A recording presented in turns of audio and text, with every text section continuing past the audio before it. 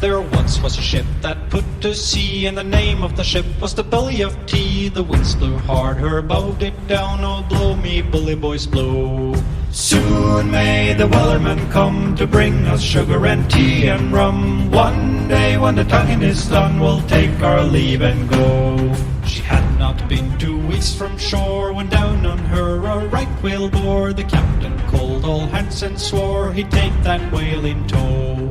Soon may the wellerman come to bring us sugar and tea and rum. One day when the tonguing is done, we'll take our leave and go. Before the boat had hit the water, the whale's tail came up and caught her. All hands to the side, harpooned and fought her when she dived down low.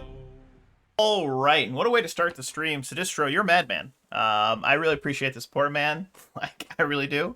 You are a madman, and thank you very much. Genuinely means a lot. Seriously, thank you. That's super fucking cool. And I swore in the first 30 seconds, so I'm banned on Twitch, but I digress. Anyway, welcome everyone to the much anticipated, not too long overdue, because we have been on an absolute roll. But this is session 20. We've hit the big 2-0 of Skull and Shackles, our Pathfinder First Edition adventure path, run by myself and 4 super awesome pirates who have completely and utterly taken this show off the rails. Absolutely. This adventure path, I have no idea what is happening anymore. I don't even know who I am. I don't even know who these people are, but they're going to introduce themselves, so then I'll remind myself who they are, and then we're going to play some Skull and Shackles, and we're getting into chapter 3, which is Tempest Rising, where we have discovered some crazy things, but I will give you the recap after I let them introduce themselves. So, again, Sidistro, you're an absolute madman. Blau, thank you for the resub. I appreciate you as well.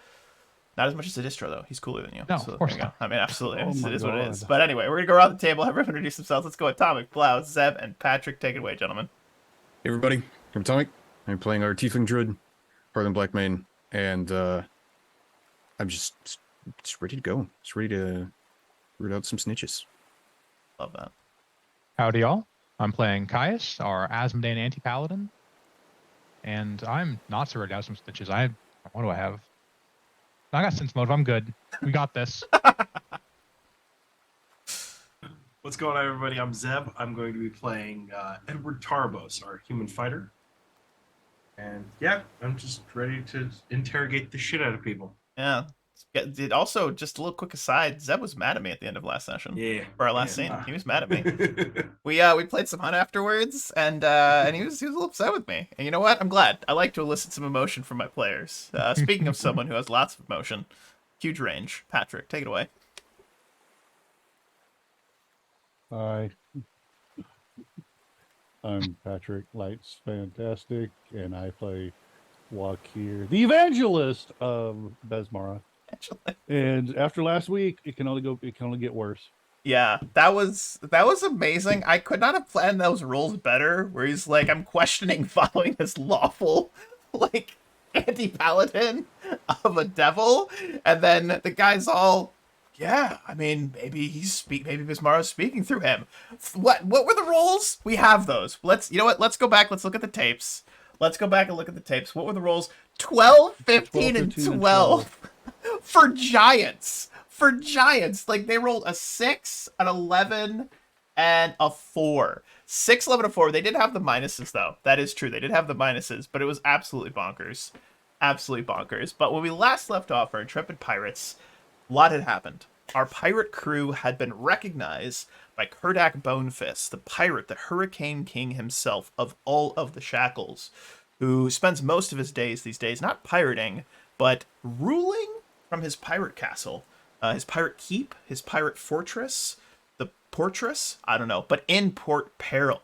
But he had granted the pirate captains, both Edward and Caius, and the respective crews, letters of marque that identifies them as true free captains of the Shackles, and allows them to go where they please, plunder where they may, and otherwise be badass pirates, which is super exciting, and really what it's all about.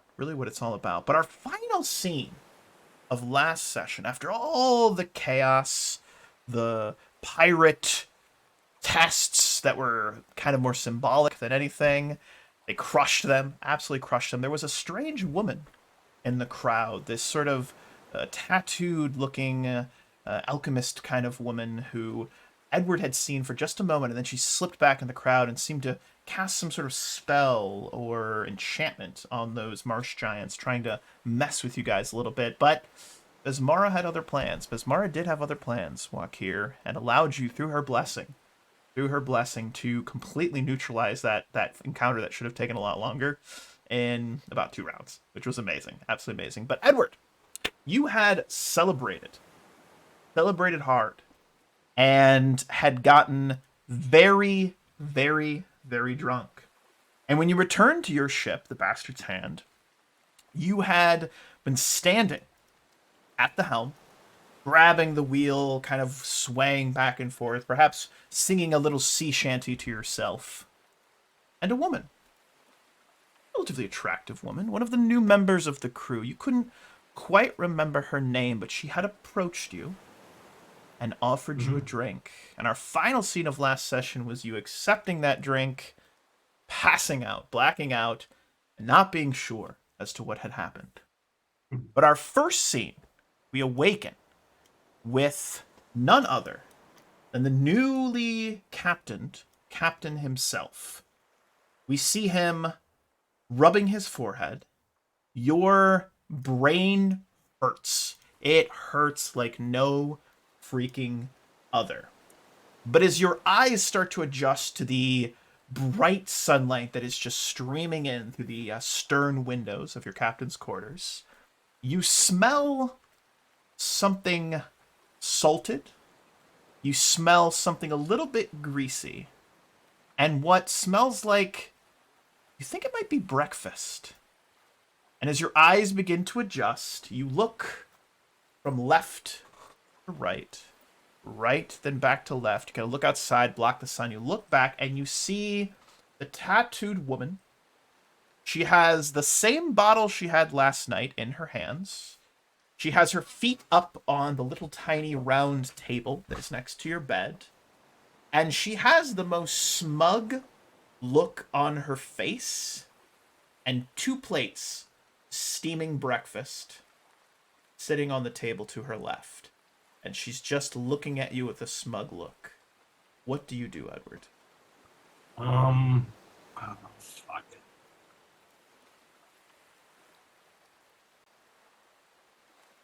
He's going to groggily stand up and just, Edward, you fucking moron. I'm going to slowly walk over to where my cutlass belt is, lazily grab a cutlass, and just point it at her. And just go, who the fuck are you? She takes her bottle, sets it down on the table. She grabs one of the plates and slowly drags it across the table so it makes that clattering, bouncing sound to where it gets to the edge of the table. And then she picks up a fork and a knife and gingerly sets them on the side. You, my friend, should eat something. You had a bit too much to drink last night. I did, and I may have made a mistake I can't take back, so I'll ask again. Who the fuck are you? I am one of the newer members of your crew, and as captain, should you not know who is on your crew and who is not? What if I was a spy? What if I was an assassin of all things? What if I was a wretched lady of the night come to take away your innocence? And she giggles again as she says that. Wait, so you and I didn't last night? She makes this face that's like, absolutely not. I don't tend to eat where my sister has already taken a shit. Wait, sister? What? Your sister. Griff? She She's smiles. your sister. Some might say fortunately. Some might say unfortunately. I am still not sure. But my sister did ask me to come look after you while she is looking after Tidewater Rock. And let me tell you, I should have asked for more coin.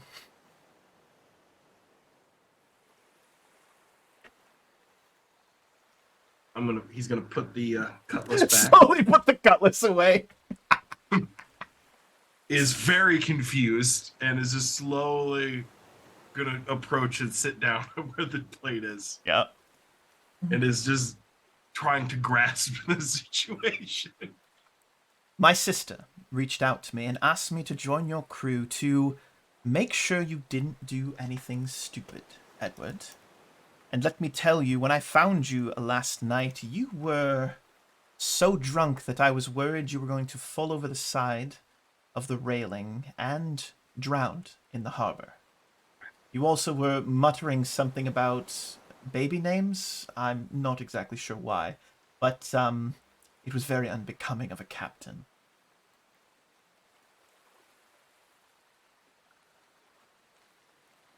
I suppose it was. I suppose I let my position get to me. Let's see. I have myself never captained a ship. I've always been satisfied with simply being a member of the crew and taking my share of the plunder, but Griffer sees something in you, and despite my jest at my sister, I love her very much. She and I have been, though apart, we have been somewhat inseparable. If we come together, it's as though we had not been apart for very long.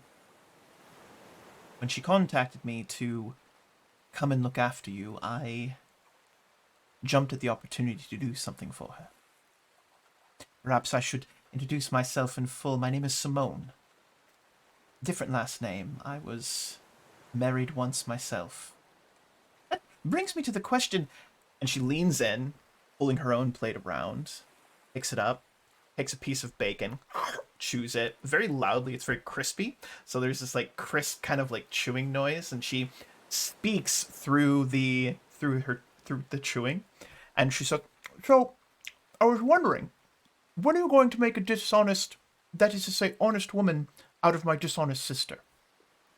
And Edward is going to be choking on his eggs now.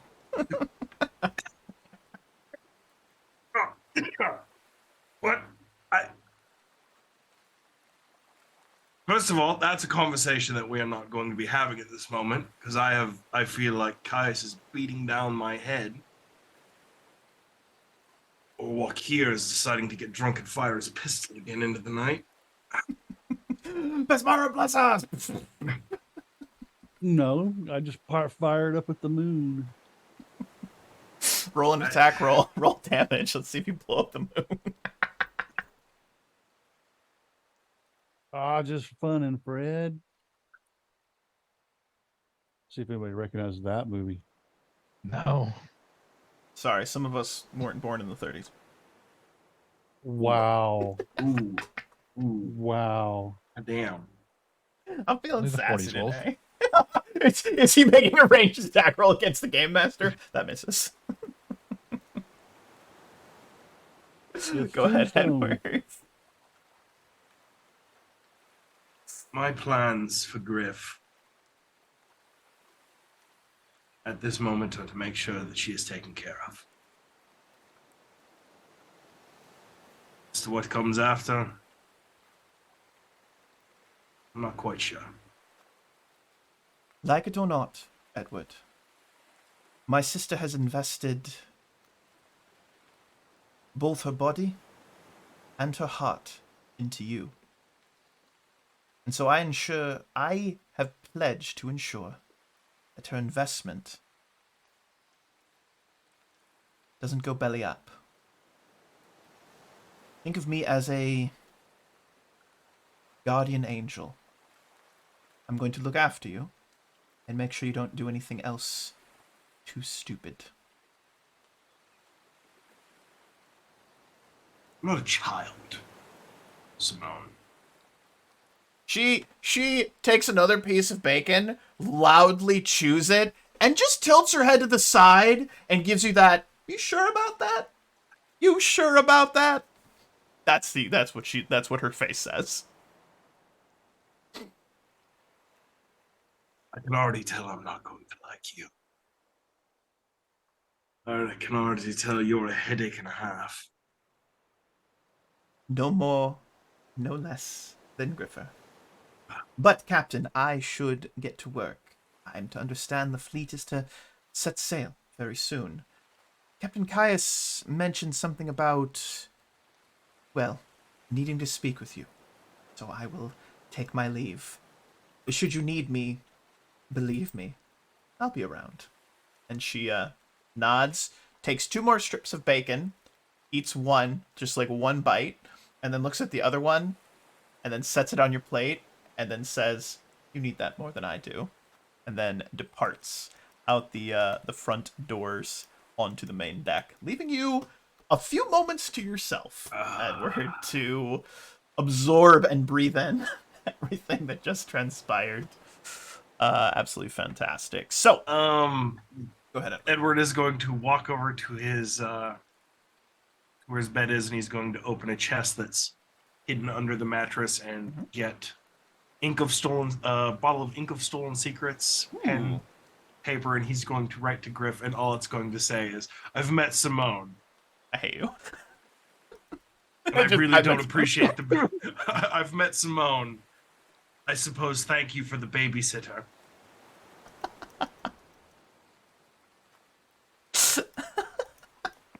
Anything else?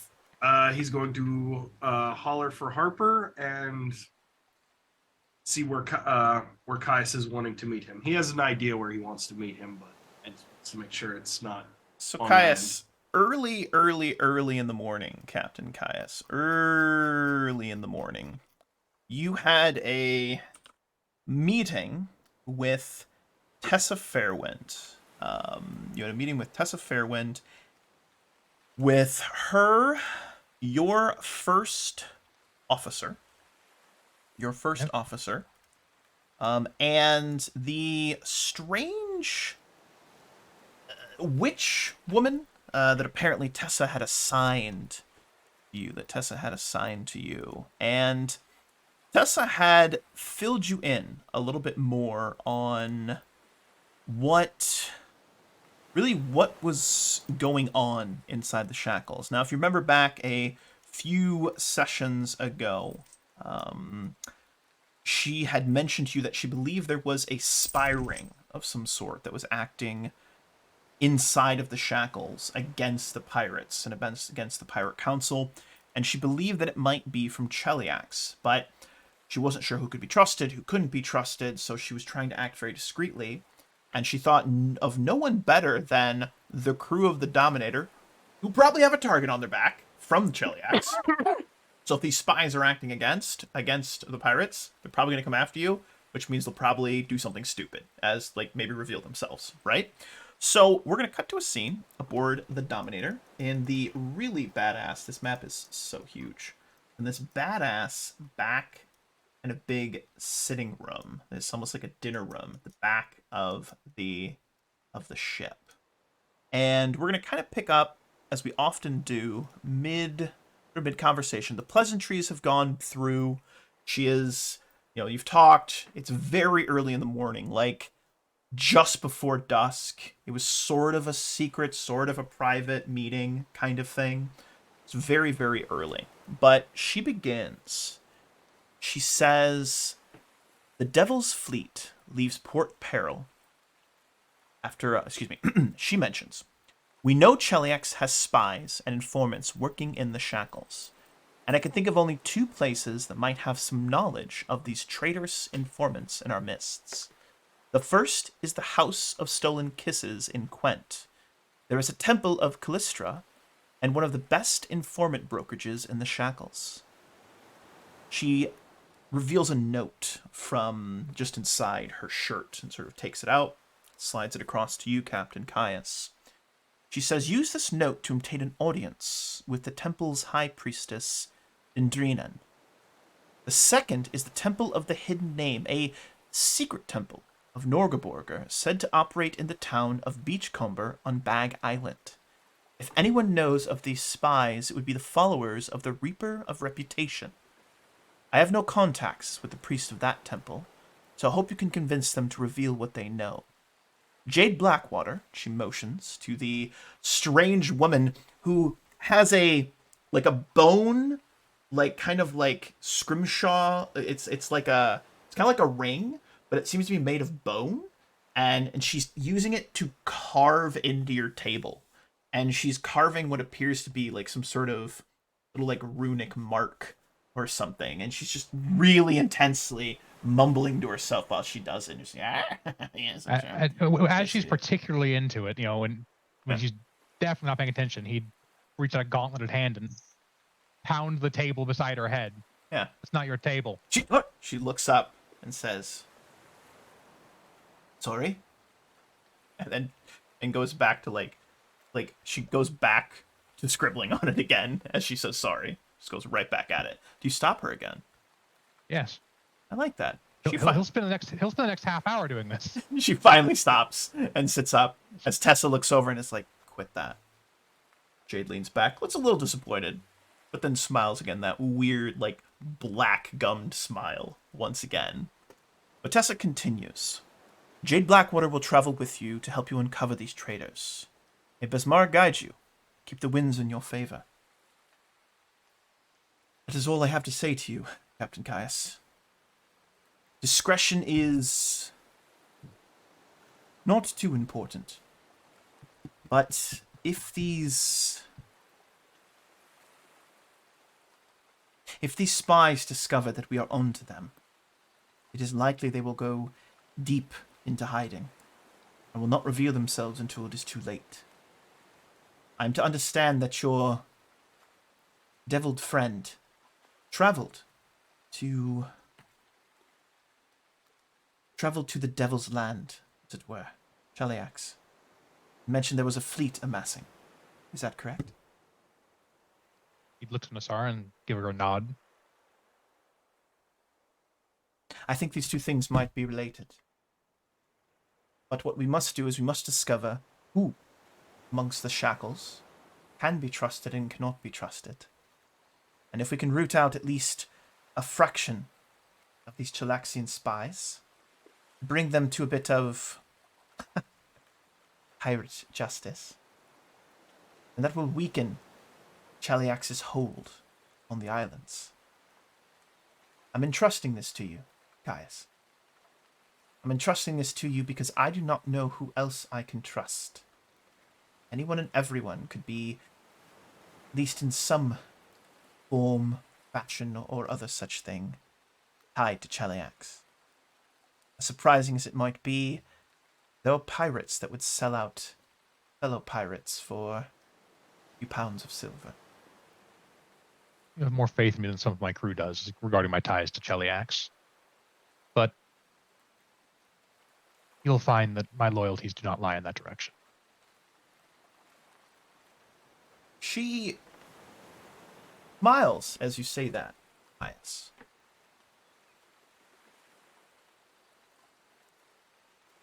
I have only known you for a few weeks, months, but you have shown yourself to be faithful to none other than yourself and your crew. Your word is your bond, and as far as any honor goes among pirates, that is the highest form of, well, piracy. Faith and brotherhood and companionship to your crew. Those are the only ones you owe anything to. No one else. Appreciate the vote of confidence. Do you have a preference as to whether we go after the Temple of Stolen or the House of Stolen Kisses or the Beachcomber Island first? Jade Blackwater pipes up first. I would suggest we go to the Stolen Kisses first. That is where Miss Fairwind, Captain Fairwind, has people she knows. People whom this letter. And she goes to reach for the letter, but it's just out of her reach, and she sort of stops. This letter that you have, that would get you an audience. The Temple of Norgorber is unknown quantity. A bird in the It's hand fair. is better than two in the bush, as they say. He'd give kind of a not a patronizing smile to that. Jade will continue on for a moment. One more question, Captain. Aboard which vessel do I stay? This one? Or the bastard's hand? I think Edward can babysit for you. Then if we are done here, Captain, I shall take my leave and find my nanny. Report for duty indeed. He bows, stands up, and sort of like gets down on all fours for a second, crawls away, and then stands up, brushes herself off, and actually briskly walks out, kind of like in a nice like a business-like. Yeah, she's very business and very almost like military in the way she walks out. And Tessa Caius looks to Tessa and you have a strange one there. She may be strange, but she is someone who sees things where others overlook them. She has been a loyal companion for many years. When I thought her lost, never mind. Sometimes valuable talents are worth putting up with some quirks. Among pirates, we are nothing if not quirks. Good luck to you, Caius. Report back to me when you have at least some semblance of information. I do not need a play-by-play, but anything you feel worth sharing, bring it to me. Once this is concluded, I shall release you from the service under my banner to seek out your own destiny inside the Shackles. Understand that though you have pledged yourself to me and my fleet, I hold no desire to control you. Part of why I've selected you and Edward is because you are free thinkers. Pirates often become stuck in their ways. Bring a unexpectedness to this life. One that I think will help discover these spies, root them out, as stated, bring them to that pirate justice. My familiarity to them might lend them to making some mistakes on the part of complacency. Good luck to you, Caius. I shall take my leave. She stands, she turns, she walks out. And the entire time, Sandra Quinn was pretty quiet. And she takes out a long kind of like corn cob pipe that she's had sometimes. She doesn't smoke too often, but she takes it out. And she's kind of just chewing on the end of it. It's not even lit. And she looks over to you. Caius, how do we know we can even trust her? She mentioned that we can't trust. That is to say, she doesn't know who we can trust in the Shackles. What if this is all some elaborate ruse simply to... Maybe I'm being paranoid. Even if we get sent on a goose chase for a few months, we walked out of it with a free captaincy. Or two of them, even. Nods. 2 free captaincies, that's true. Both you and Edward got letters of marque.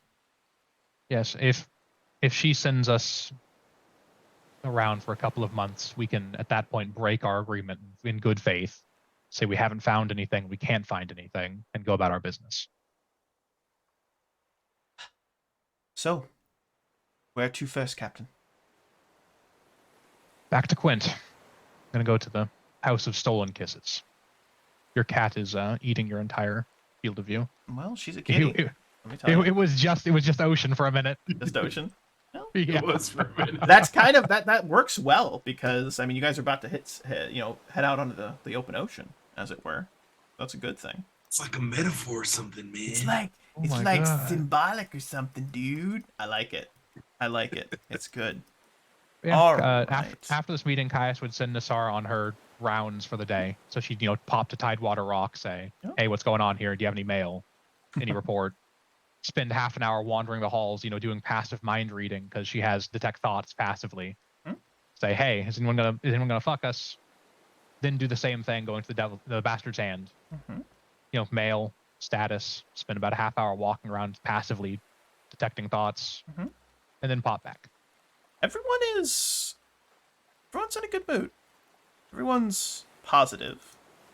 And I assume you would call Edward likely to come speak, Yes. and probably both Edward, Harkin, and Wakir. I mean, you're their commanders.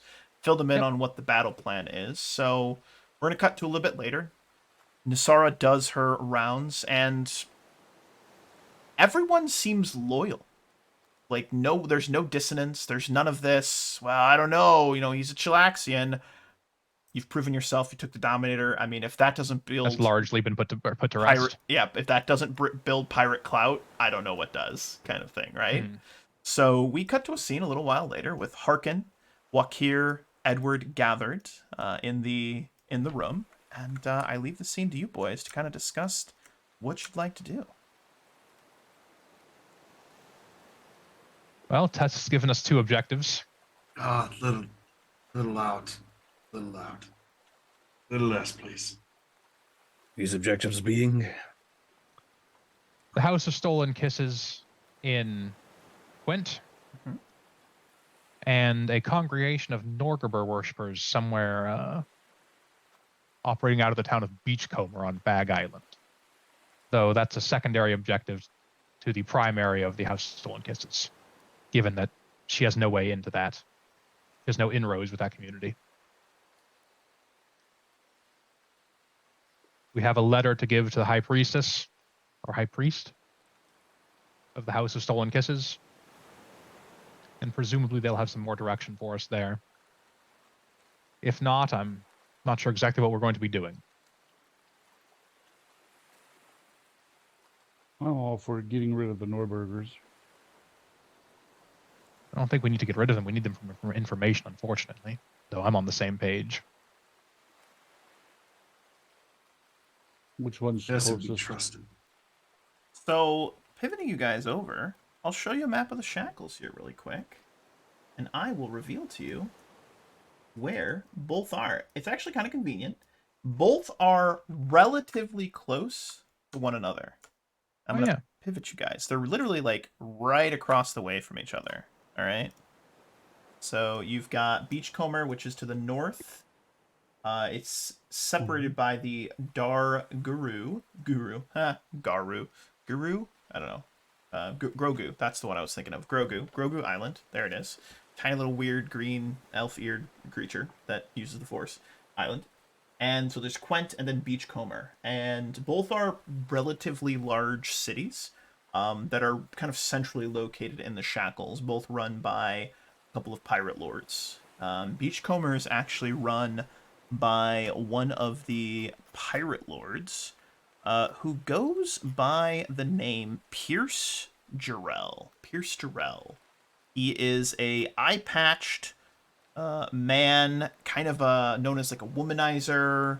He likes to spend more time at other pirate lords' ports, drinking and causing problems, than he does at his own port. He's like a playboy. That's the best way I can describe him. He's like a pirate playboy, a PP boy. There you go.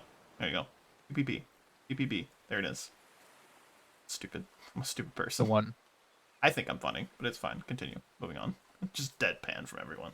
As Jeff Ramsey would say, a joke that makes yourself laugh is a successful joke. just spitting out gold. Hey guys, I'm going on like. Oh, I got you. I'm going on I before I think- sleep. I think Quint is the way to go, though, if they're both pretty much right on top of each other. I think it's a good idea. I think it's a good idea. So unless anyone has anything else they'd like to discuss prior to leaving, we're going to take about a week, roughly, a week to travel from Port Peril all the way over to Quent. As you are traveling, I want to open... Are there any scenes, any interactions that anyone would like to have with each other members of the crew, anything like that during the journey.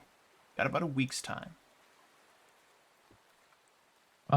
Caius would spend at least some time making sure that the new master at arms isn't beating down Albert's spirit more than he is training him. All right. So let's cut to a scene midship where we see Albert, who is wielding his giant earthbreaker, and standing across from him with his own, does he wield a falchion? What's he have? What'd you give him? I can't remember. It's a falcata in my name. Sure. There it is. He's got it. And he is not shouting, but he's very sternly telling Albert to not lock his knees. Not lock his knees. And you will walk up and maybe walk here. Maybe you're watching this. You know, you probably spend some time on the Dominator. It's probably where most Harlan's got his own room up front and a giant bird garage, the bird garage on the bow of the ship, as it will. Oh, it's a Bardish and a heavy pick that he has. A Bardish. Okay, so he's got his heavy pick out. I like that. And he is shouting over. He's shouting over to Albert, and he says, "You, Albert, do not lock your legs. If you do so, it makes you easier to knock down." Albert responds, "Knees hurt. Too much training. Tired for the day." "You will get to rest when you have completed the exercise correctly. Now, once again, I'm going to come at you. Defend yourself." And Albert lets out a very heavy kind of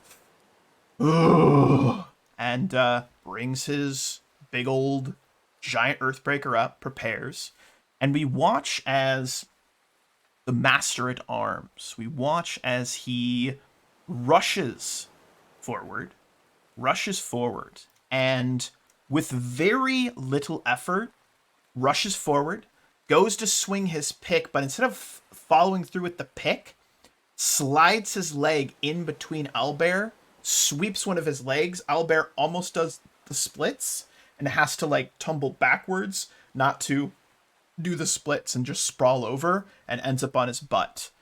The Master at Arms brings the pick down and then just lightly taps him on the chest. "Once again, you're dead. Again, stand up. Do not lock your knees. Prepare to move." And Albert does not get up. Go ahead, Caius. Yeah, at this point, Caius will step forwards. Sometimes training to exhaustion is beneficial to test your limits, but it does erode the actual technique gains that you will learn during your training. Albert. And Albert, he'll kind of boot Albert on the side, not roughly. It's kind of get up, come like on, a friendly kind of get up. Albert yeah, wipes his nose, grabs his earthbreaker, and is a little shaky to get to his feet. You can tell that he's probably been at this for a couple hours. He's exhausted. He's genuinely tired. And he looks over, and he's been working with Sandra Quinn, Wakir a little bit as well, has probably been helping, because Sandra and Wakir are both Besmara and priests and priestesses. And he looks to you, Captain Caius, and he says, "Sorry, I'm not better, Captain." It's probably the first and longest sentence he's ever said to you ever. Caius just nods and says, "You'll get there.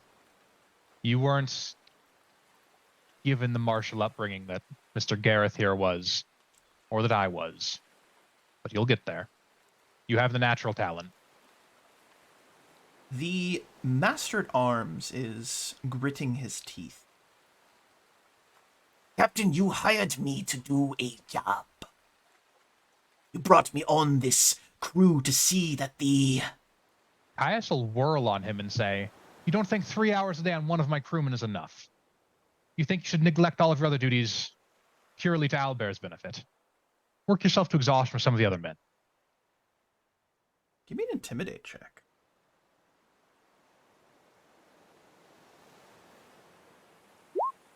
Not great. I'm going to hero point that. Ooh, I love that. Hero pointed up. Let's see what happens.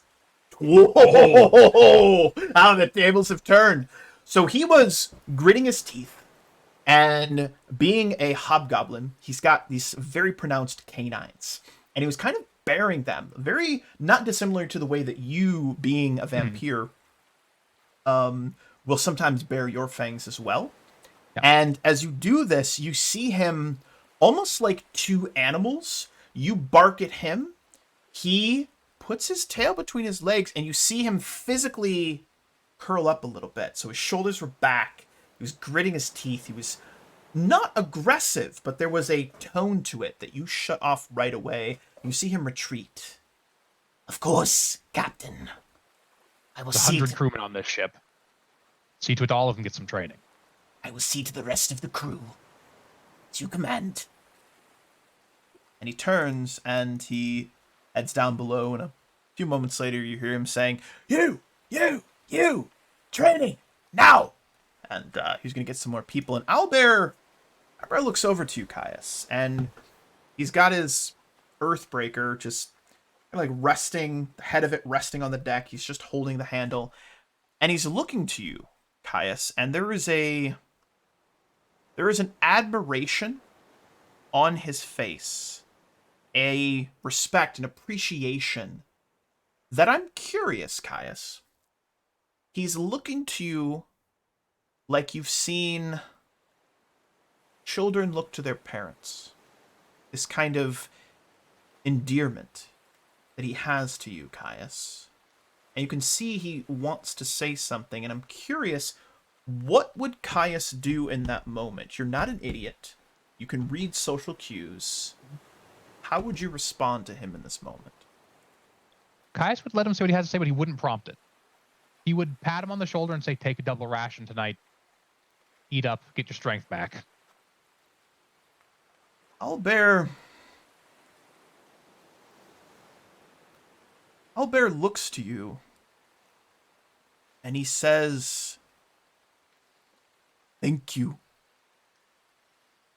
Thank you for treating me like a people person. Man, Like a man. you're not an animal. Sandra will teach you that more. And he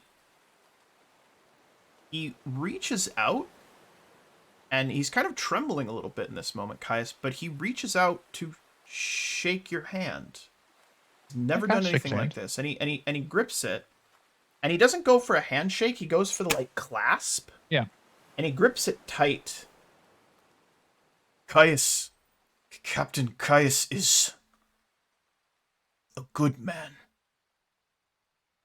Caius will pull him into a hug and say, don't let anyone in public catch you saying that. Owlbear, secret between friends. Just a joke. And Owlbear walks with a little pep in his step, actually. And only Wakir sees this happen.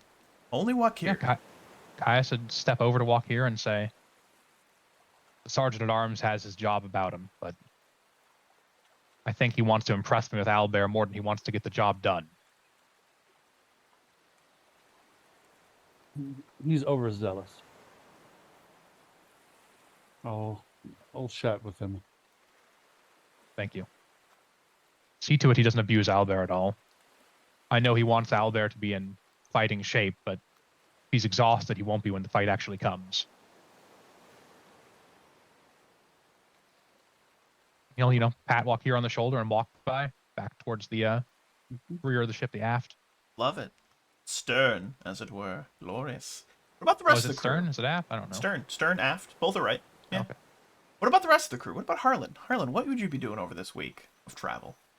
Week of travel. Are there any, since Narwhal got cut down, are there any new prospects for having a second navigator on board? Helmsman. Yeah, new helmsman. Because the one we had got shot to pieces. He Cut to pieces. did indeed get shot to pieces. And you know who has ended up taken the helm, sometimes the helm seems like it's steering itself, but what you guys come to realize is that the ship is being steered by this man by the name of Personales. He just like the ship set sail from Port Peril. No one really told like anyone to grab the helm. And he just showed up, just started steering, and he does a pretty good job of it. Day, night, he's always at the helm. Just there. Sometimes he'll disappear for like a few seconds, like maybe a minute, and you'll see him like pissing over the side of the ship. He's got the helm lashed, and then he'll come back and grab onto it again. Just steers the ship. And he's very, very good at it. Very, very good at it. But he's steering the ship right now. And let's say maybe you approach him, Harlan. I don't know. You want to have a quick conversation with Personalis? It's up to you. Leave it up to you. Yeah, sure. I like that. So we're gonna cut over. It's very late in the evening, say 3 days in, and Personalis you don't see him unless you're looking directly at him kind of guy. Like he just blends into the ship. He kind of looks like the ship. Oh, the bearded devils are there. There's a couple downstairs, a couple upstairs. You've got what, 4 or 5 of them? 6, I said. 6. Yeah, it's at 6. A couple bearded devils are guarding the upper stern deck, as it were. We got a couple probably that are posted just outside of Captain Caius's quarters as well. As you approach him, in fact, there's a section here. I'm gonna drag you guys over. You can actually see just outside of Captain Caius's quarters. There's the helm, right there. Yeah, F Castle cabin. And you see him. He's holding onto it. And as you approach, he is humming to himself. Oh ho, yo ho, pirate's life for. Oh, hello there. Lovely evening, isn't it? Lovely, lovely, lovely evening. Good evening. Strong ship, strong, good breeze for the ship. Dominator likes a good breeze. She's always liked a good breeze. So Harlan kind of stands there for a second. Let's kind of see the breeze kind of moving. You know, some of his beard beads kind of clink together. Good breeze. Gozra's breeze. Personalis, wasn't it? Yep. How long have you been at it, Personalis? Not dissimilar to the way that he responded to Wakir. That question seems to confuse him, and he doesn't readily answer. He just goes back to humming this.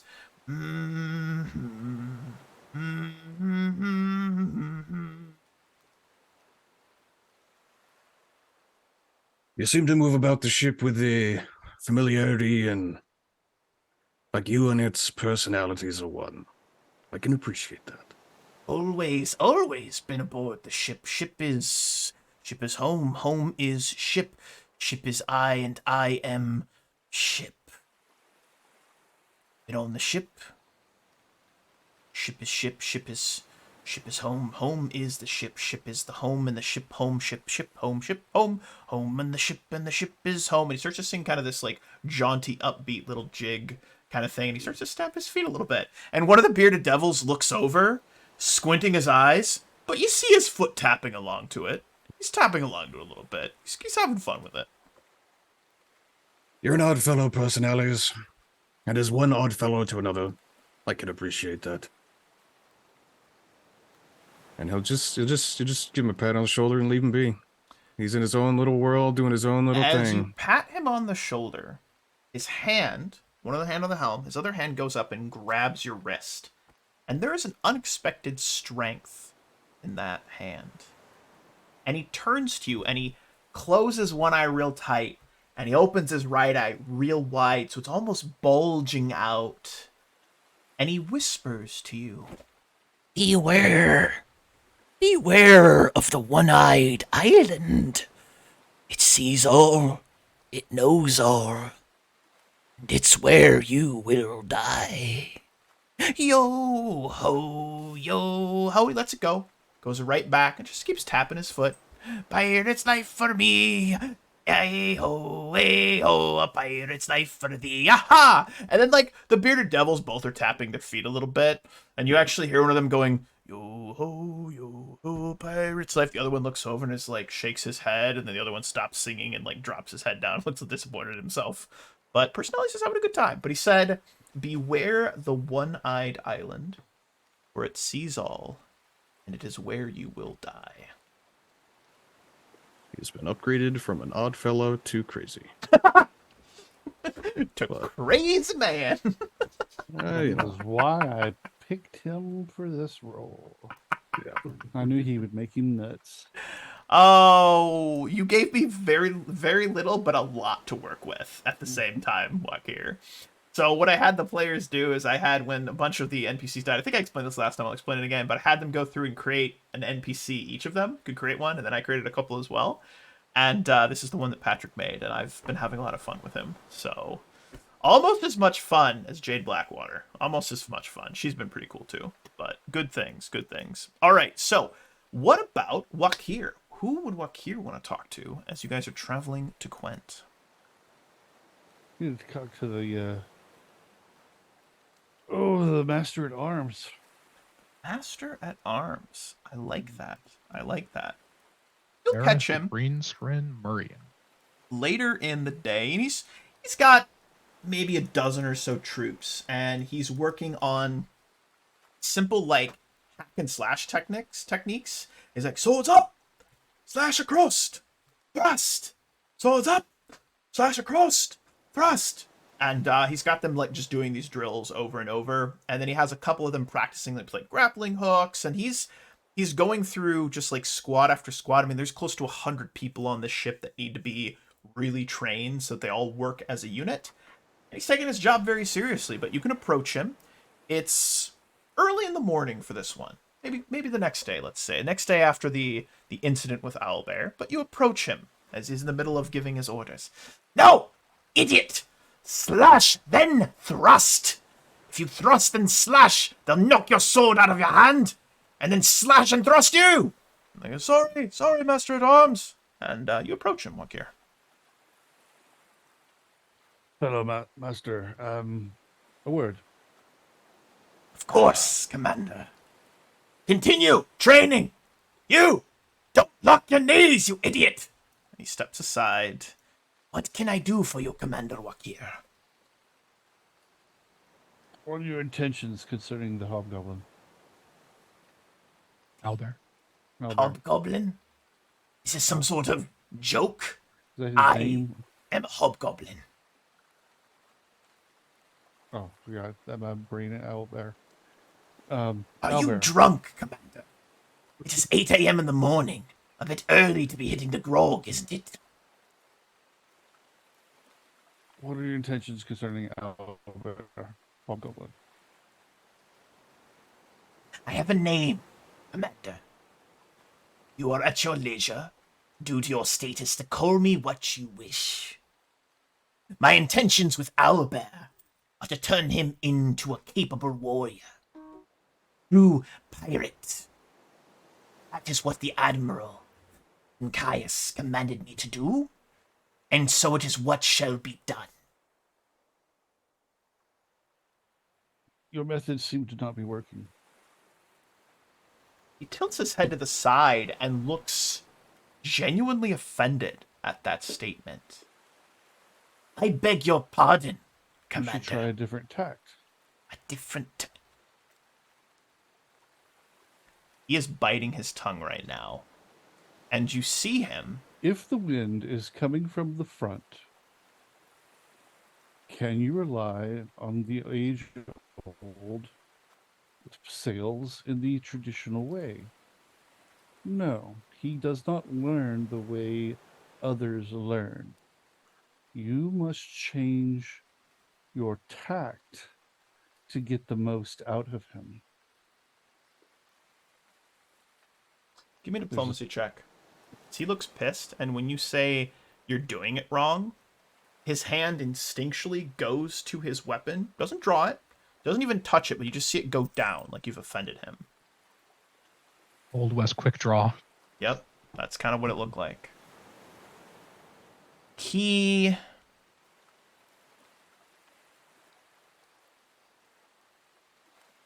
hand slowly comes up from his weapon, and he is eyeballing you. And the eyeballing that he's giving you right now, he is sizing you up, not with the intent that he wants to necessarily fight you, but you get the impression he's judging whether or not he can respect you and your opinion. You know from what Caius has shared with you, from the few weeks, maybe month or so you've worked around him, he is a soldier. That is what he is. That is what he knows. So he respects martial prowess and discipline, above all else. Discipline. I'm going to ask you, Wakir, if you were looking at yourself, this is a question for Patrick. Would those that look at Wakir, would they see someone who emulates discipline? Oh, you'd see someone who espouses the ways of Besmara. But he doesn't drink too much. He doesn't go in for the wild ways for too long. Mm-hmm. You know, doesn't care really for rigidity. And that's where he's disagreeing with this hobgoblin, is he's being too Rigid. lawful versus going with what is available to him and adjusting course. You watch Changing as tact. his left ear twitches a little bit, and his expression softens slightly. Not quite as growly, as it were. You have worked alongside me. And you hear him almost say idiot. He goes, you have worked alongside Owlbear. How would you suggest I approach him? For the betterment not only of him, but of my interaction with him.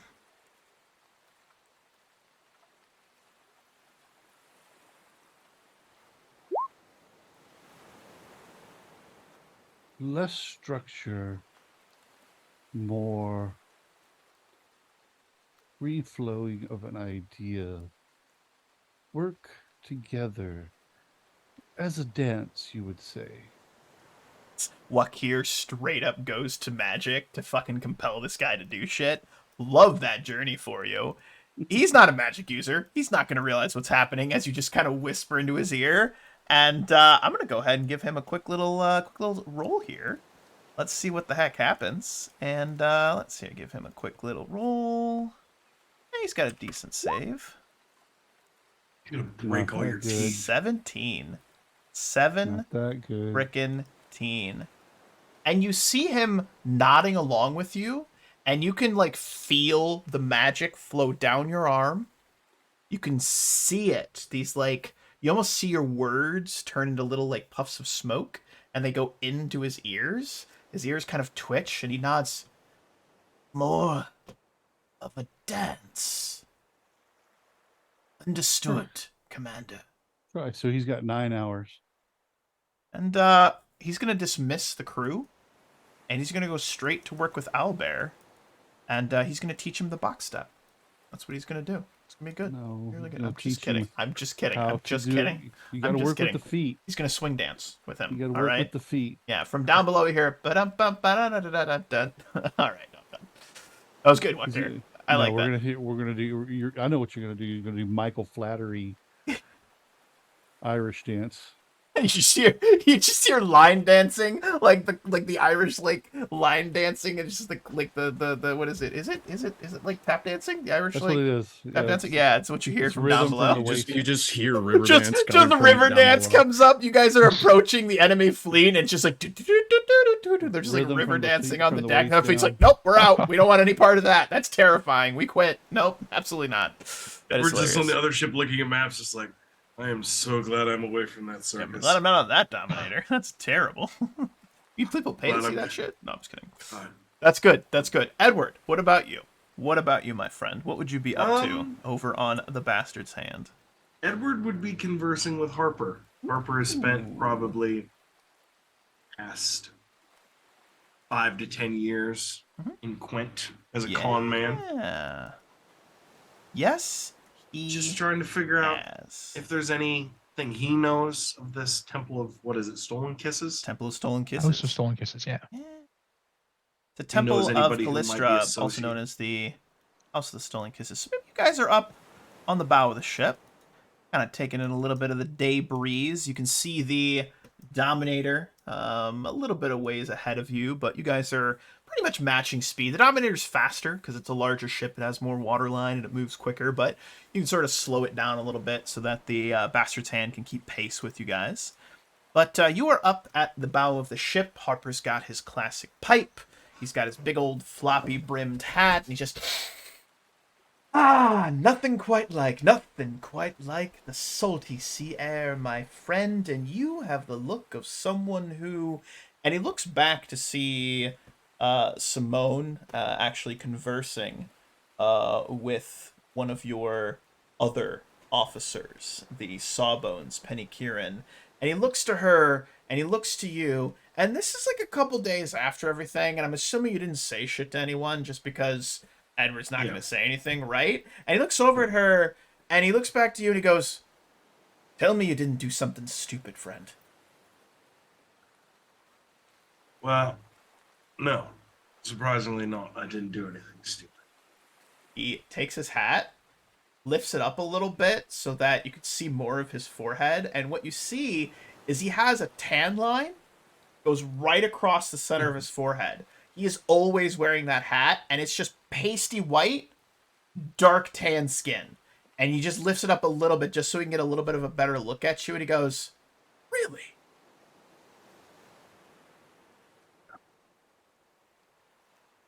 Yeah, for another time. Well, you again have the look of someone who's got questions, and we are traveling back to my old stomping grounds, so ask away, old friend. Stolen kisses mean anything to you? The House of Stolen Kisses.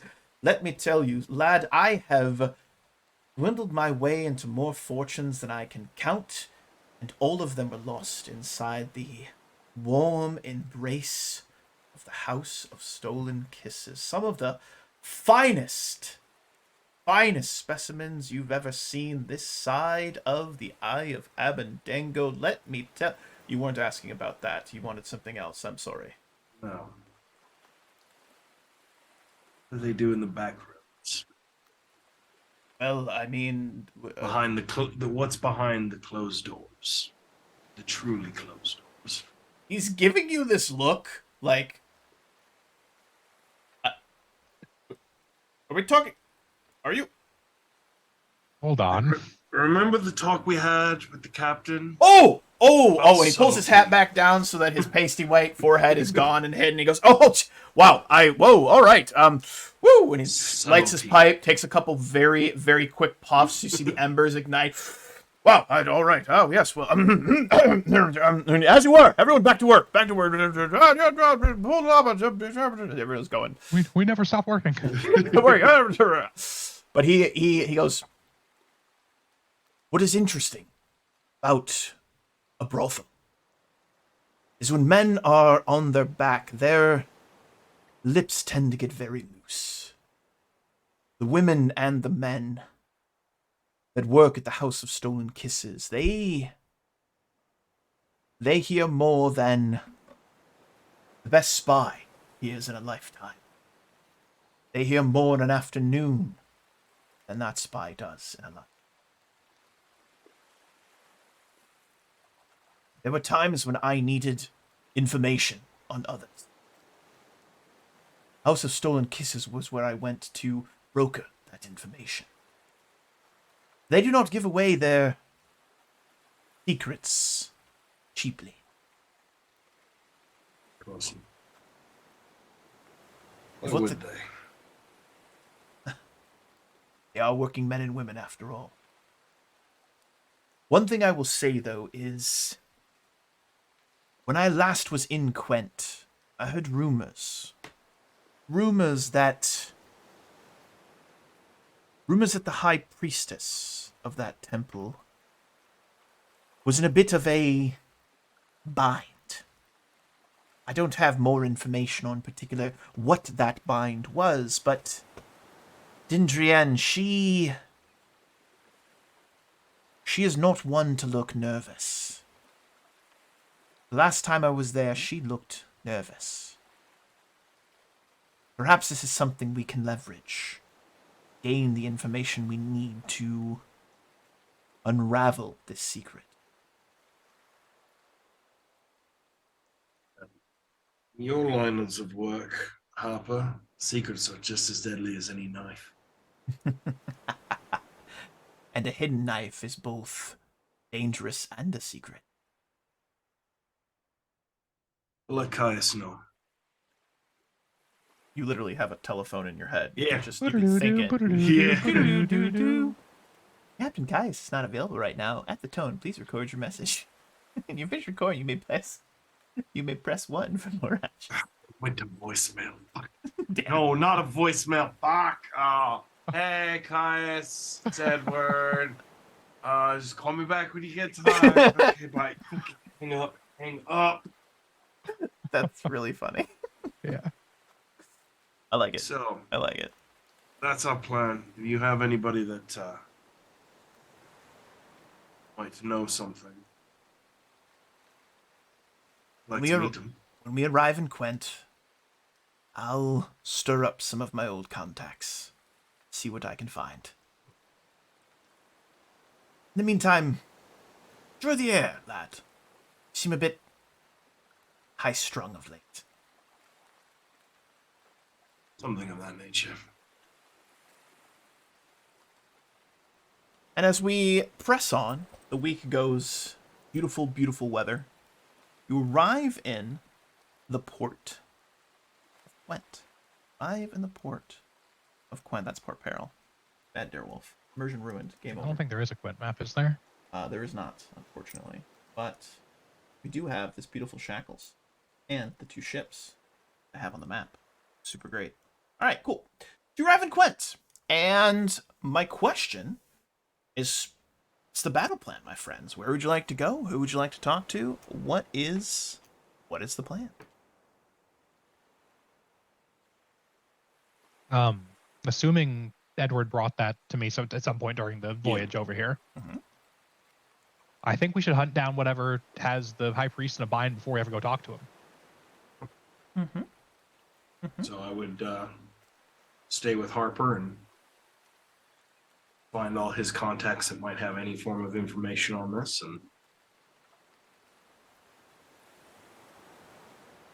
And he'd send Nassara to make sure the fucking wormwood isn't in port again. Oh, it is. It is. It's Oh, important. let's go handle that. Yeah. Yeah. It's important. Yeah, absolutely. It is. 100%. Yep.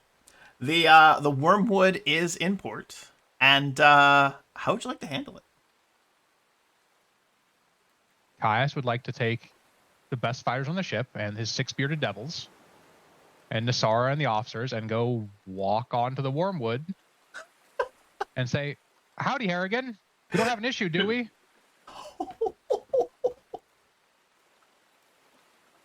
How many troops are you taking? Because this is nuts, and I love it. Let's do it. We're gonna lean into just it. the best fighters. Best fighters. So like Okay. Enough to match the wormwood's crew. I like it. So last you checked, the crew of the Wormwood, they had 5 or 6 officers, about 40 men. Last time you checked, about 40 men aboard. I Then he'd like take that. probably 40 plus the officers and the bearded devils. I like Yep, that. and I would bring mine as well. That is, you just Pretty could much on show the up, other side. show up in force, just like on the dock, and I like that. I like that a lot. All right, give me 1 second. Let me just prepare for you guys to go off book again. I don't know why I ever prepare anything because you're just gonna go off book every We time. just we pull the Dominator right up by Yeah. the wormwood, and then It's Caius like, looks down, what lifts up? up his aviators. Sup, bitch? Sup? Harrigan, I'm shouting because you're so far away. We have guns now. Some pirates, motherfuckers. Surprise, motherfucker! I love it. I love it. I love it. I love it. Let me just quickly hustle and bustle here. And I have to go to a different book to grab some stats. So just give me 1 second. All right, we're going. We're making it weird. So a musical interlude. Oh. All right, we're done. So you guys arrive at the docks where the Wormwood is, well, docked. And we're going to use a little bit of theater of the mind. But the Wormwood is pulled in, stern to the dock. It was kind of pulled in. Looks like a little bit of work is being done on the Wormwood. And we're going to pivot over to kind of an older looking map that we haven't seen in a while. This is actually Squib's Port, but we're going to pretend this is a dock Yeah. in Quent. All right? That's just imagination. All right? And you guys see a couple of somewhat familiar faces. You see Rias Kryn. You see Kipper aboard the Wormwood. You see Chalky Tharoon, who is on the Wormwood. You see Patch Salt on the Wormwood as well. But you don't see the captain. And I'm going to drag you guys onto the dock as you arrive. And there's some commotion as you guys show up with a giant-ass bird, a couple bearded devils, and there's a lot of commotion on the docks as well. And you actually see a couple of the dock police, like the pirate police, the PP police, the pirate police, that are there as well, and they can see that there might be a confrontation. It's a little edgy. Bunch of the crew of the Wormwood, you see them like start to draw weapons. You see there's some murmuring as they recognize who you are as you guys are saddling up. How many bearded devils? All 6 of them? All 6 of them. All 6 Yeah, bearded they- devils are there as Honor well. guard. They had plenty of time to recognize us as we were doing our Reservoir Dog slow walk towards Yeah. them. Oh yeah. Yes. Just freaking Gangs of New York style slow walk, Yes. like down there. I like that. Like that. That's as good. everyone's just kind of behind us, like slowly drawing weapons. Edward's Yep. just like right next to Kai's. It's smaller than I remember. It is smaller than you remember. It absolutely is. So Caius, you arrive, and the man with the long white hair, Kipper, comes to the side of the Wormwood, and he calls out, "I'm sure you are aware, Captain, that fighting in the port of Quent is strictly forbidden by the pirate lord Tessa Fairwind. You're, if I'm not mistaken, your admiral, Captain Caius, the pirate lord you have sworn allegiance to sail under her banner, under her fleet. A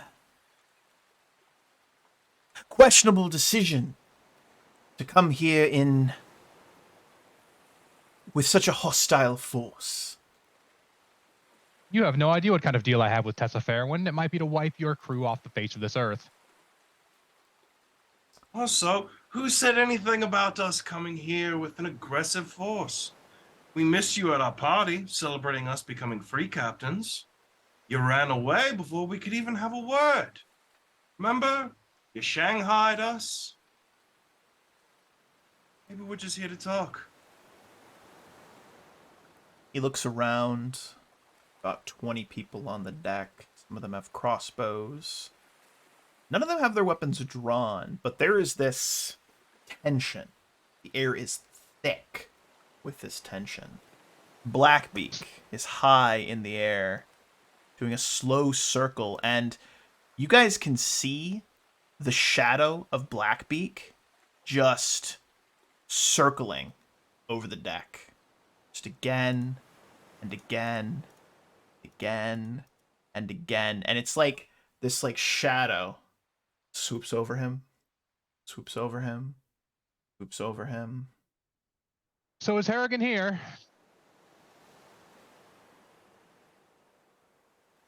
Captain Harrigan is aboard. You can captain a ship that small. Huh.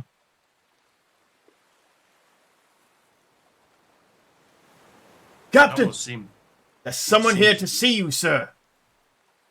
almost Doors? seemed rude that he didn't even stop to congratulate us. All the other free captains did. Don't you agree, Caius? Oh, seems that way. The door's open. Stepping onto the deck is a man we haven't seen in like 17 sessions. But we see Captain Caius. You see Captain Edward. You see none other than Captain Ranibus Harrigan. He Oh, is... there, Harrigan. He's not as tall as you remember. Not as, I guess, scary as you remember. Not that you guys were ever really scared of him. But he is actually looking, while the rest of his crew seems nervous, he has not a grin, not a smug look, very stone cold look on his face.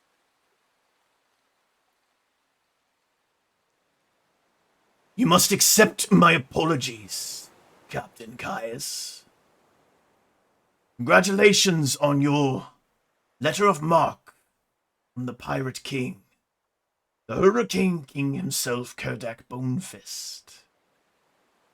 To achieve free captaincy is no small task.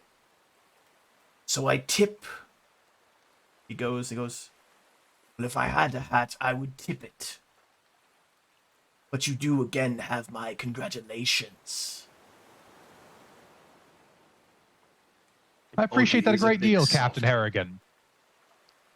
But I came with an agenda, and I just wanted to make sure that there was no ill will between us.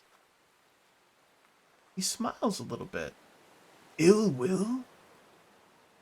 Why? In all of Besmara's oceans would there be ill will between us, Caius? Well, I feel like you might think that I launched a mutiny against your officers, when in fact they launched a mutiny against you, and then I mutinied against them. He seems somewhat unfazed by this, Caius. Because they were heading to Rickety Squibs the entire time and not Port Peril to return a prize. Well, then if what you say is true, Captain, there should be no ill will between us at all. You simply acted in the best interest of yourself and your crew. What any good pirate would do. Isn't that right, crew of the Wormwood? Aye, aye, aye, aye, aye, aye, aye. Well, is there anything else then? No? Well...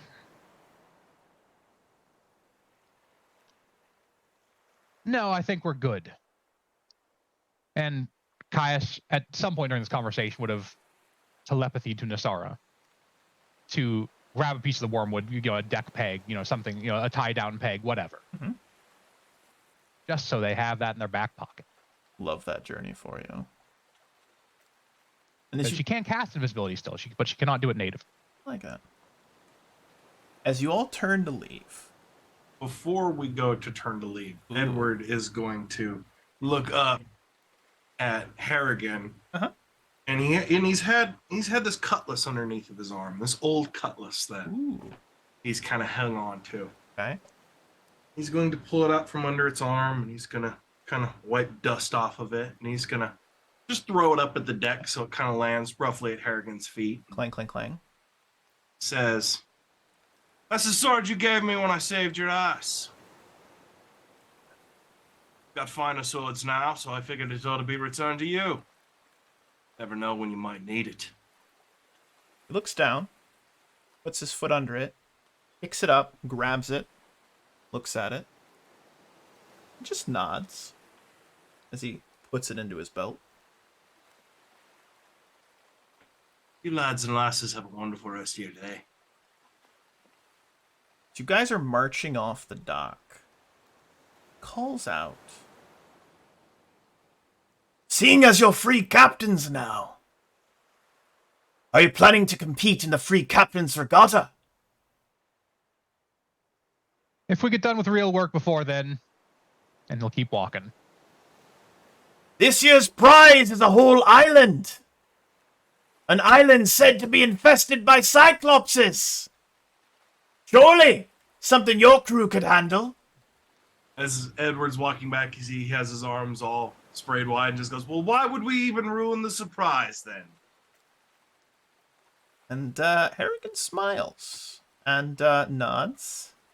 Then his crew slowly settles down as the last of your crew leaves and heads off the dock. Interesting. Interesting. Perception checks from everyone. So I had to resist the urge throwing a bag of gold onto the deck, telling them to buy a bigger boat, bitch. Edward, when you guys leave, you guys pick up a tale. And that tale is the one-eyed woman known as Chalky Tharoon.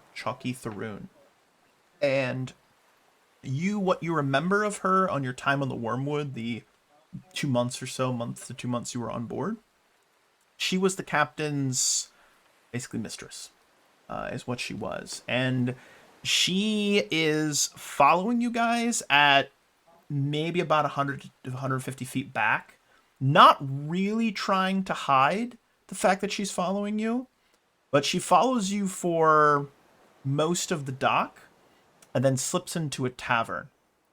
She slips into a tavern that is called... I have to go to a different book now. Go ahead. The I should Riptide... actually turn back to confront her. Riptide Alehouse. As you do so, she turns into the Riptide Alehouse. Is when she would turn in. Okay. You follow her inside? Oh.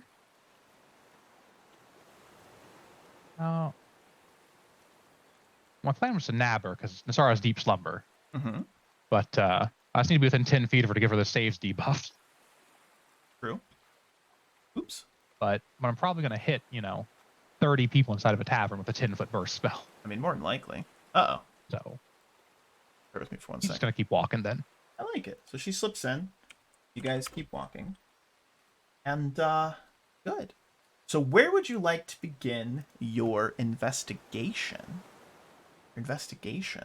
Or what is leads going on? Did Harper find? Excellent question. So Harper discovers that the temple of Calistria, this house of stolen kisses, has ironically had something stolen from them. And the temple has a ship known as the Lady's Sting. This ship recently went missing, and they are looking for information on what happened to the Lady's Sting. They think there was foul play, and there was a relic that the Lady's Sting was carrying that is extremely important and sacred to the faith of Calistria. It is a gold-plated wasp statue known as the Golden Vespel. The Golden Vespel. So they've been looking for any information that they can find on what happened to this ship. If someone sank it, took it, squibbed it, whatever it might be, but they're looking for any information they can get to try and recover that.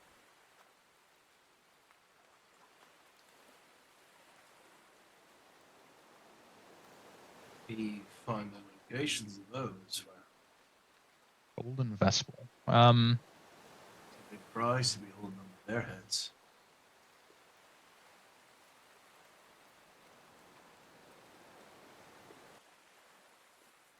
What do you think, Harper? What does Harper think?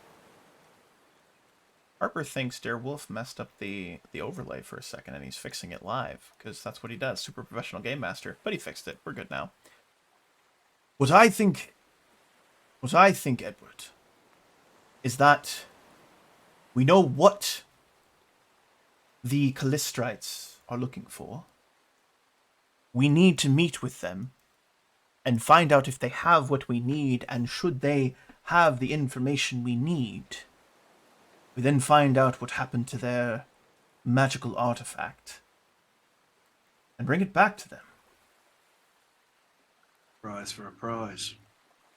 Indeed. All right. So I suppose we schedule a meeting for the next day. Mm-hmm. And To tell you, Caius is Caius, you don't exactly schedule a meeting at the whorehouse. Really? with the high priest. You do. They have you can like go in. Spoopy pirate mystery. Pirate mystery. And Caius is going to spend the rest of the day gathering information using his natural 20 thing. It'll take him 10 hours. Mhm. And he succeeds at a DC 36 for diplomacy check to gather information. Or gets a DC 36. So you guys, you gather information that there is a rumor that there are these group of half-orcs known as the Wreckers that work out of an area close to Rapier Bay, and the last known route that the Lady Sting was taking took them very close to where these Wreckers operate. And Wreckers basically set up traps in sort of the shallowed areas and lure ships into them, and then, tack, sink, plunder them, as it were. So you're thinking maybe, and it's not too far away. It's probably like a 2-day travel to wrap around and go look for them. But that's probably what happened to the Lady Sting, more than likely, is it got attacked by these Wreckers. Yeah, that's what you find out. Fair enough. Mm-hmm. Does anyone else have anything else they'd like to track down? No, Edward in the he would have the bastard's hand not docked right next to, but close enough that he can keep an eye on the wormwood. And just kind of let them know that Let them know we exist. we're here. We are here. We see you. The crew of the Wormwood doesn't really leave. Doesn't really head out from their ship. They can pretty much stay on board. The only person you see return is Chalky Tharoon, who returns later in the day that you guys saw her slip into that tavern. And after that, I'd say the second day in the morning, the Wormwood sets sail and heads north. Heads north out of the Quent Harbor and, disappears over the horizon, since I'm assuming you guys probably don't follow them, as it were. I would relay that to Caius. Pretty much plan to go after Rapier Bay. Like it. Assuming that's going to be A plan. giant Calistrite high priestess appears and crushes Montague Island. Everything. Just everything. Yes. And Skull Shackles is over. And Skull and Jack is over. Good game, everybody. Good campaign, everybody. Good game. Appreciate you. Good people. All right, so the High Priestess does agree, because you do have the letter that was given to you by Tessa Fairwind. Basically this introduction. And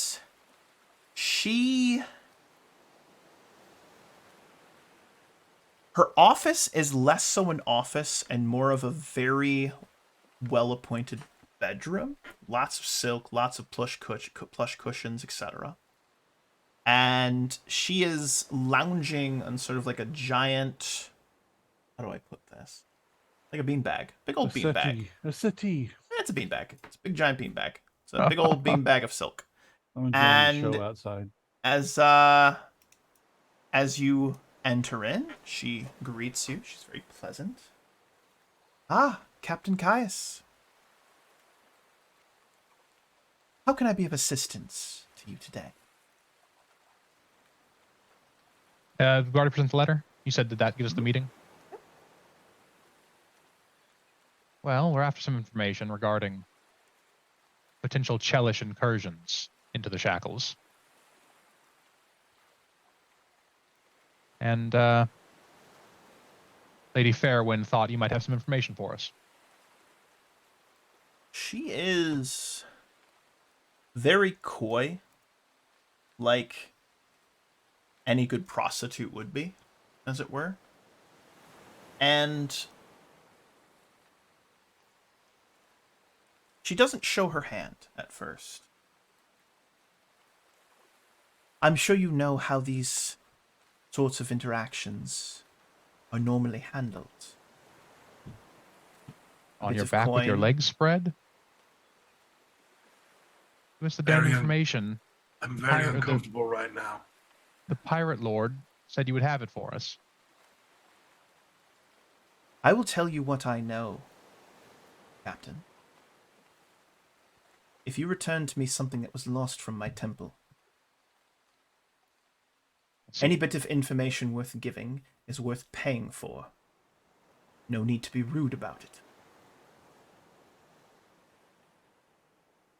He merely looks back at her and, waiting expectantly to get the job details. She asks you to go and find their missing artifact. What she'd like you to do. Straight to the point. Just Caius is fucking straight to the point. Just like, hey, how's it going? We're gonna have some pleasantries. You're a whore. Tell me what I need to know. Jesus! Oh my God, Caius. Aggressive. Is like the epitome of chaotic nature. Not great with Asmodeus there. Caius, your people skills never cease to amaze me. Yeah. In one scene, he's giving Owlbear a hug and like telling him he's a real boy, and in the next scene, he's sliding an honest working person. Jesus, you're a monster. Well, I mean, honest an information dealer can get. Mother of God. I'd hate to be your therapist. And he'll just confirm you do have information for us then. He does. Excellent. We've already got a lead on your missing ship. We'll go take a look. Very good. Very. Is there any kind of reaction to we have a lead, whereas apparently they have not gotten any leads or sent anybody to go get this quote unquote ship? Just a nice smile. Just a classic little smile. Keep it close to the chest. Keeping it close to the chest. Absolutely close to the chest. Absolutely. So, you guys are going to head off to go and explore where these... We leave. Edward is taking a shower. Yeah, absolutely. To be fair, it's a nice whorehouse, I think. Oh, it's very nice. Yeah. It's like an upscale brothel. Like it's very nice. It's all fine and dandy. I don't think the ground's sticky. God damn it! Come on, guys. Let's I understand that it's a nice whorehouse, but did everything have to be silk? I was sliding out of my fucking chair. I am so uncomfortable right now. Jesus. Oh my God. I am just so uncomfortable. If you're sliding, and did you see the front? What? Does nobody wear pants anymore? If you're sliding out of the chair, that's where the stickiness of the floor comes into play. I hate everything that's happening. Come on, people. Reel it in. Reel it the fuck in. If you have your feet on the floor, This is a super professional pirate game, all right? Goddamn monsters. Hate it. Rule 1, the whorehouse has to have pants. Hate it. Hate everything that's happening. No, I'm imagining a building wearing pants. You took us there.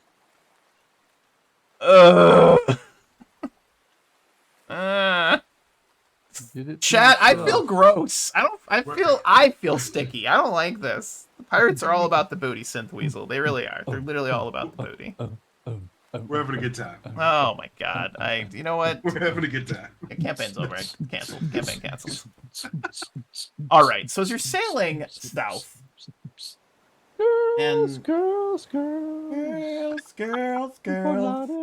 you are sailing along, and there is a series of these small little islands off of the coast. And as you are sailing along, you can actually see a number of shipwrecks that, like, you see like a mast sticking out of the water. You see it's obviously a shallowed area. It's almost kind of obvious that like things have happened here. And there's actually a couple of relatively fresh wrecks in the shallows in this area, as you can see. And I'd like everyone to make perception checks, please.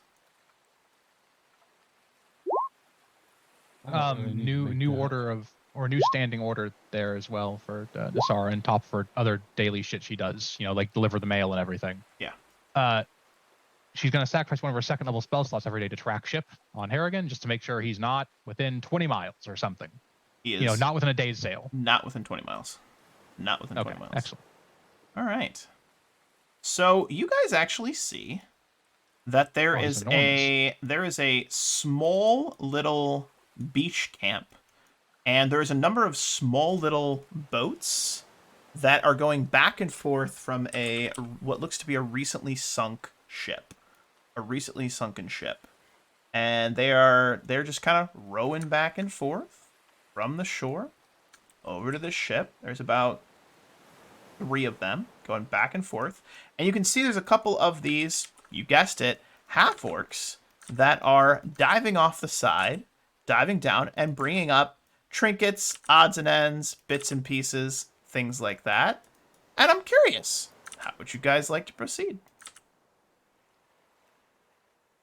Any particular desires from anyone? I kind of just want to go up to their Walk up to camp them and say hello. I've got a fascinate ability. I can suggest that these are not the trinkets you're looking for. We Never let them force your pants. We could also just have Elliot just blow him out of the water with the cannons. I can't remember how to do my French accent. Or Zell. I would love Zell, my to. Boston bird. I would love to test out the new cannons, Captain. The only issue with that is if they scatter, one of them might have the trinket, and we don't know or the artifact, we don't know which way it's going to go. That is It's true. supposed to be like a sizable statue, wasn't it? He's a big bee. Or was it like a small? It's like a little thing? like foot. Fit into a bag. Oh Okay. yeah, it's not too Oh, big. okay. Little trinket artifact. Yeah. Shoot the guy with the duffel bag first. Got it. Lord have mercy. So as the Dominator and the Bastard's Hand pull up, you see all of the guys in the little rowboats scurry back to the shore as you guys get close. Launch And longboats. How many of them fall in the water in their panic? none of them. They've done this many times. They've done this. Um, It said that the real treasure is friendship.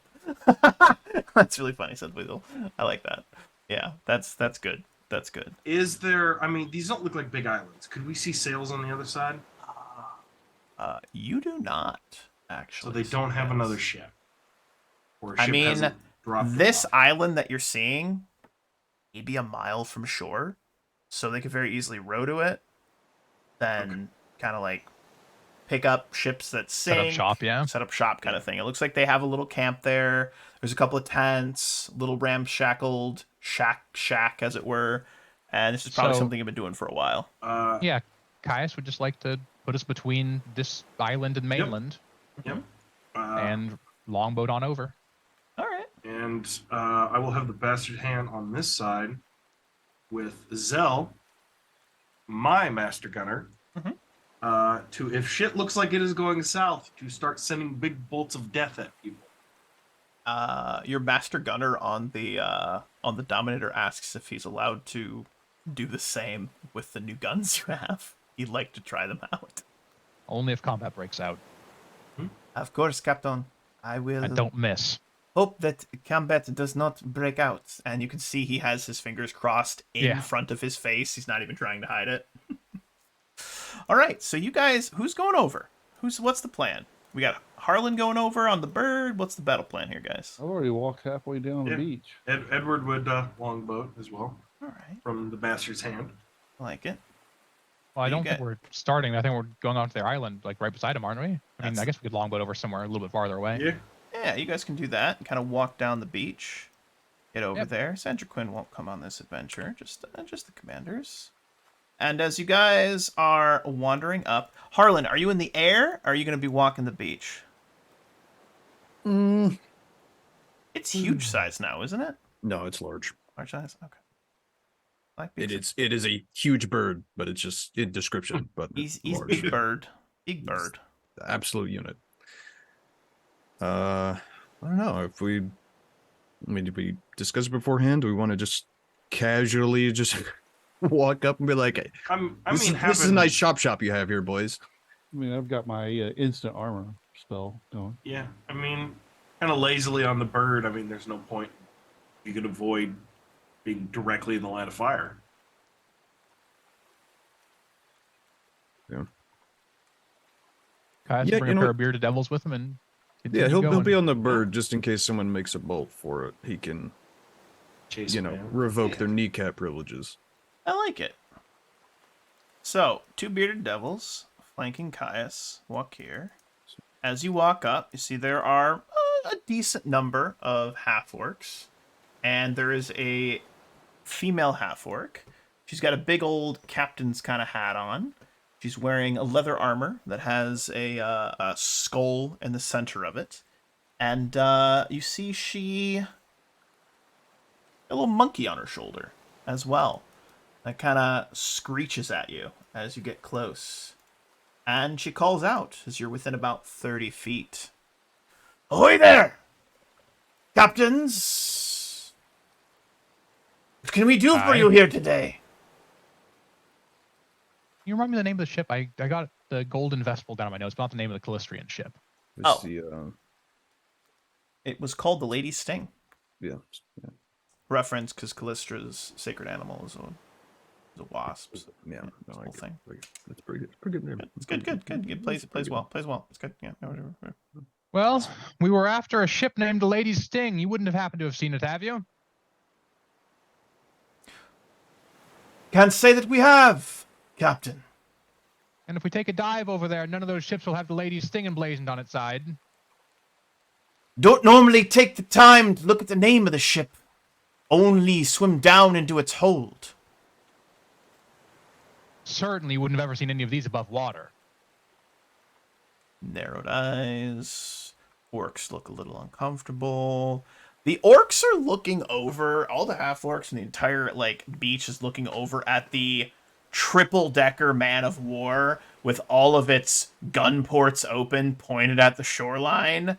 And, you get the impression that these guys would probably be ready for a fight if there wasn't a goddamn man of war pointed at them, 2 bearded devils, and I don't know, another ship with an angry cat on it. It's scary. You guys are scary. I'm just gonna be real with you. You're very scary people, right? It's almost like gunboat diplomacy exists for a reason. I think it does. Absolutely. Almost does. Her kind of offhanded, almost disrespect very quickly dissipates. The ship we've been plundering did have the nameplate, the Lady's Sting. What's it to you? We just need the little golden statue of the bee. Looks around, talks. And the rest is ours to keep? So long as you can keep it. I do We don't believe take it from you. Or I I do don't. believe somebody might be wanting the boat, but that's not our problem. She nods.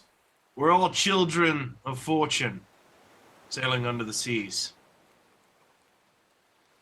She will speak over her shoulder an orc. One of the half-orcs runs over to a large pile of somewhat wet, some dry loot. You see some gold, you see some plates, You see armor, arms, and Caius will goes through it. telepathy to Nasara during this conversation. Say, get a look at how much they have in the camp. If it's worth too much, we'll take them for it, but I don't think we need to. Couple thousand gold at most. Eh. It's barely anything. It's peanuts Do to they you look? guys. Do they look capable at all? Maybe. I mean, yeah, they look all right, but I mean, I don't think they're going to survive a broadside of a man of war is the issue. Well, there's not a lot of people that will, but no, they don't think they're going to survive the broadside of a man of war. That they would destroy this island. A couple of explosive close round Guts gets didn't. done. Fish Guts did not. Yeah, He- that's what I'm saying. And he's a hell of a Emphasis on guy. guts. He doesn't have them Yeah. anymore. They're gone. Brick shithouse that guy, and he Yeah. got shredded. He got shredded. Look here. Perhaps this might be a situation where we make some friends. But the half orc returns with a small chest. She walks over, sets it halfway between you, and then walks back. And you can see the symbol of Calistria is emblazoned on it. And she motions to it. What you seek is in there. So walk up, pop the lid, It's in there. make sure it's real and not just a statue of a bee, because Kai's never seen it in person, knowledge, religion, whatever he needs. It's the real McCoy. Okay. You have a name, lass? I do? I'll give you mine if you give me yours. You first, pretty boy. I'm Captain Edward Tarbos of the Bastard's Hand. They call me Valarka. Captain Tarbos, haven't you been giving yours or a little too freely? Yeah, I was gonna make a joke about playing that That's game, exactly what I was thinking. but It's like you can't not just make that joke. Hilarious. Well, we might have to tell the people about where their ship is. They have been looking for it. So, just as a heads up, there might be somebody on their way here. How Kaius long will- might we have before they arrive? Hiring the crew. How long it took to get here? I'd probably say 4 days. Plenty of time to be done and gone.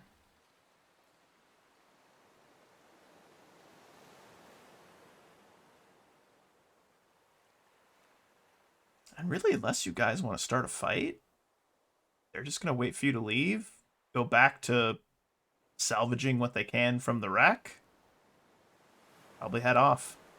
Yeah, I'm no desire to. And Caius will walk down the beach with the two bearded devils with him, back to their longboats with the chest, and leave Edward and walk here if they want to try and these guys. Yes. I just saw that. Yeah, I can. See, thing is, if I make a suggestion to them, that's only going to last 9 hours.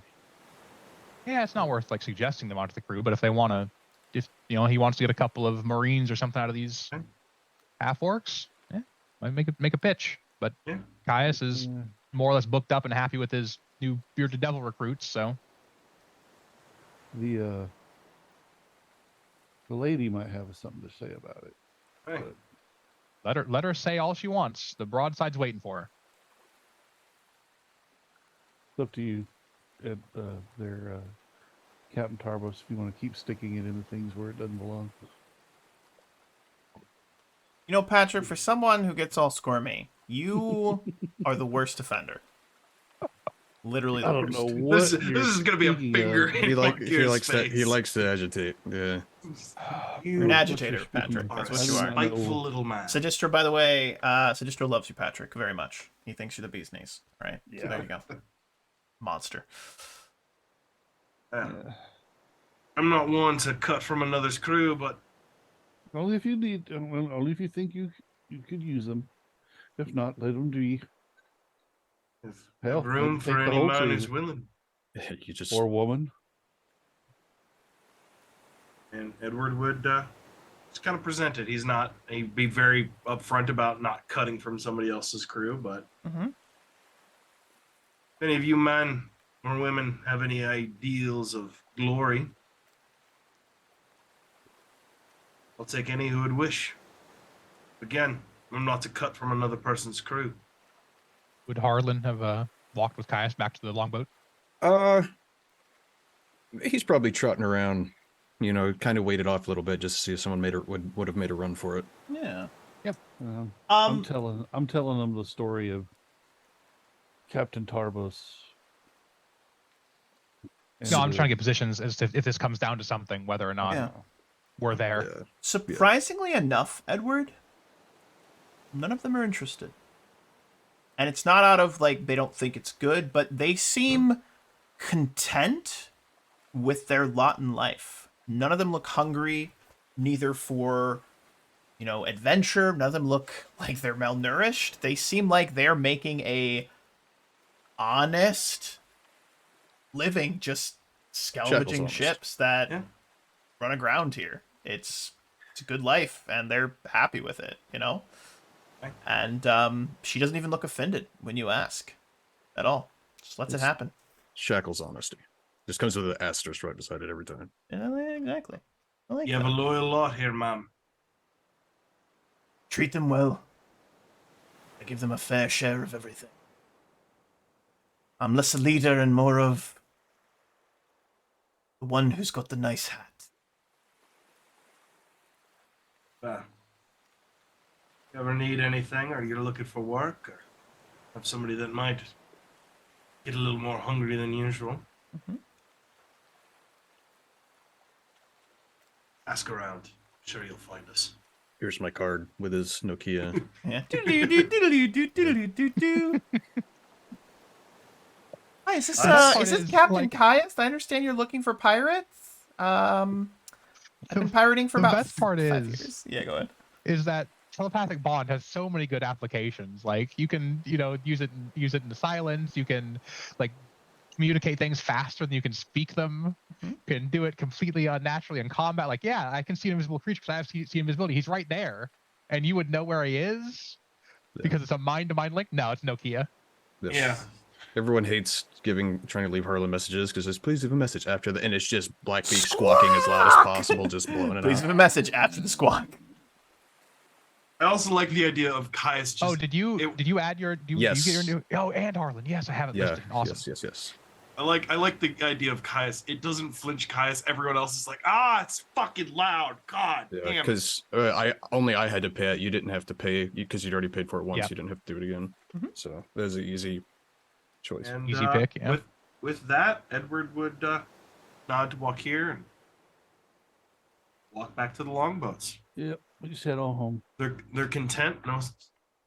No sense in killing a bunch of No. honorable people. Well, honorable. We have other things to attend to. We have our prize. Should take all their longboats though. No. Jesus, just hey, we're gonna treat with you peacefully. All right, let's fuck them over. We're real. We leave, No. and then Ellie just goes, fuck it. Just because you're bad guys doesn't mean you're bad guys. Like, come on, You people. can be a bad guy and not be an asshole. Yeah, that's true. Yeah, no, you can't. Absolutely. All right, so you guys head back. A couple days later, you head back to the House of the Stolen Kisses, and you meet with a less than friendly high priestess. She doesn't like Caius, but she'll give you the lead. She How says, about we don't take Caius with us? "Oh, Yeah. leave him at home." Yeah. That's fine. I'll bring it to She's her. very friendly to Wakir. All right. Very friendly.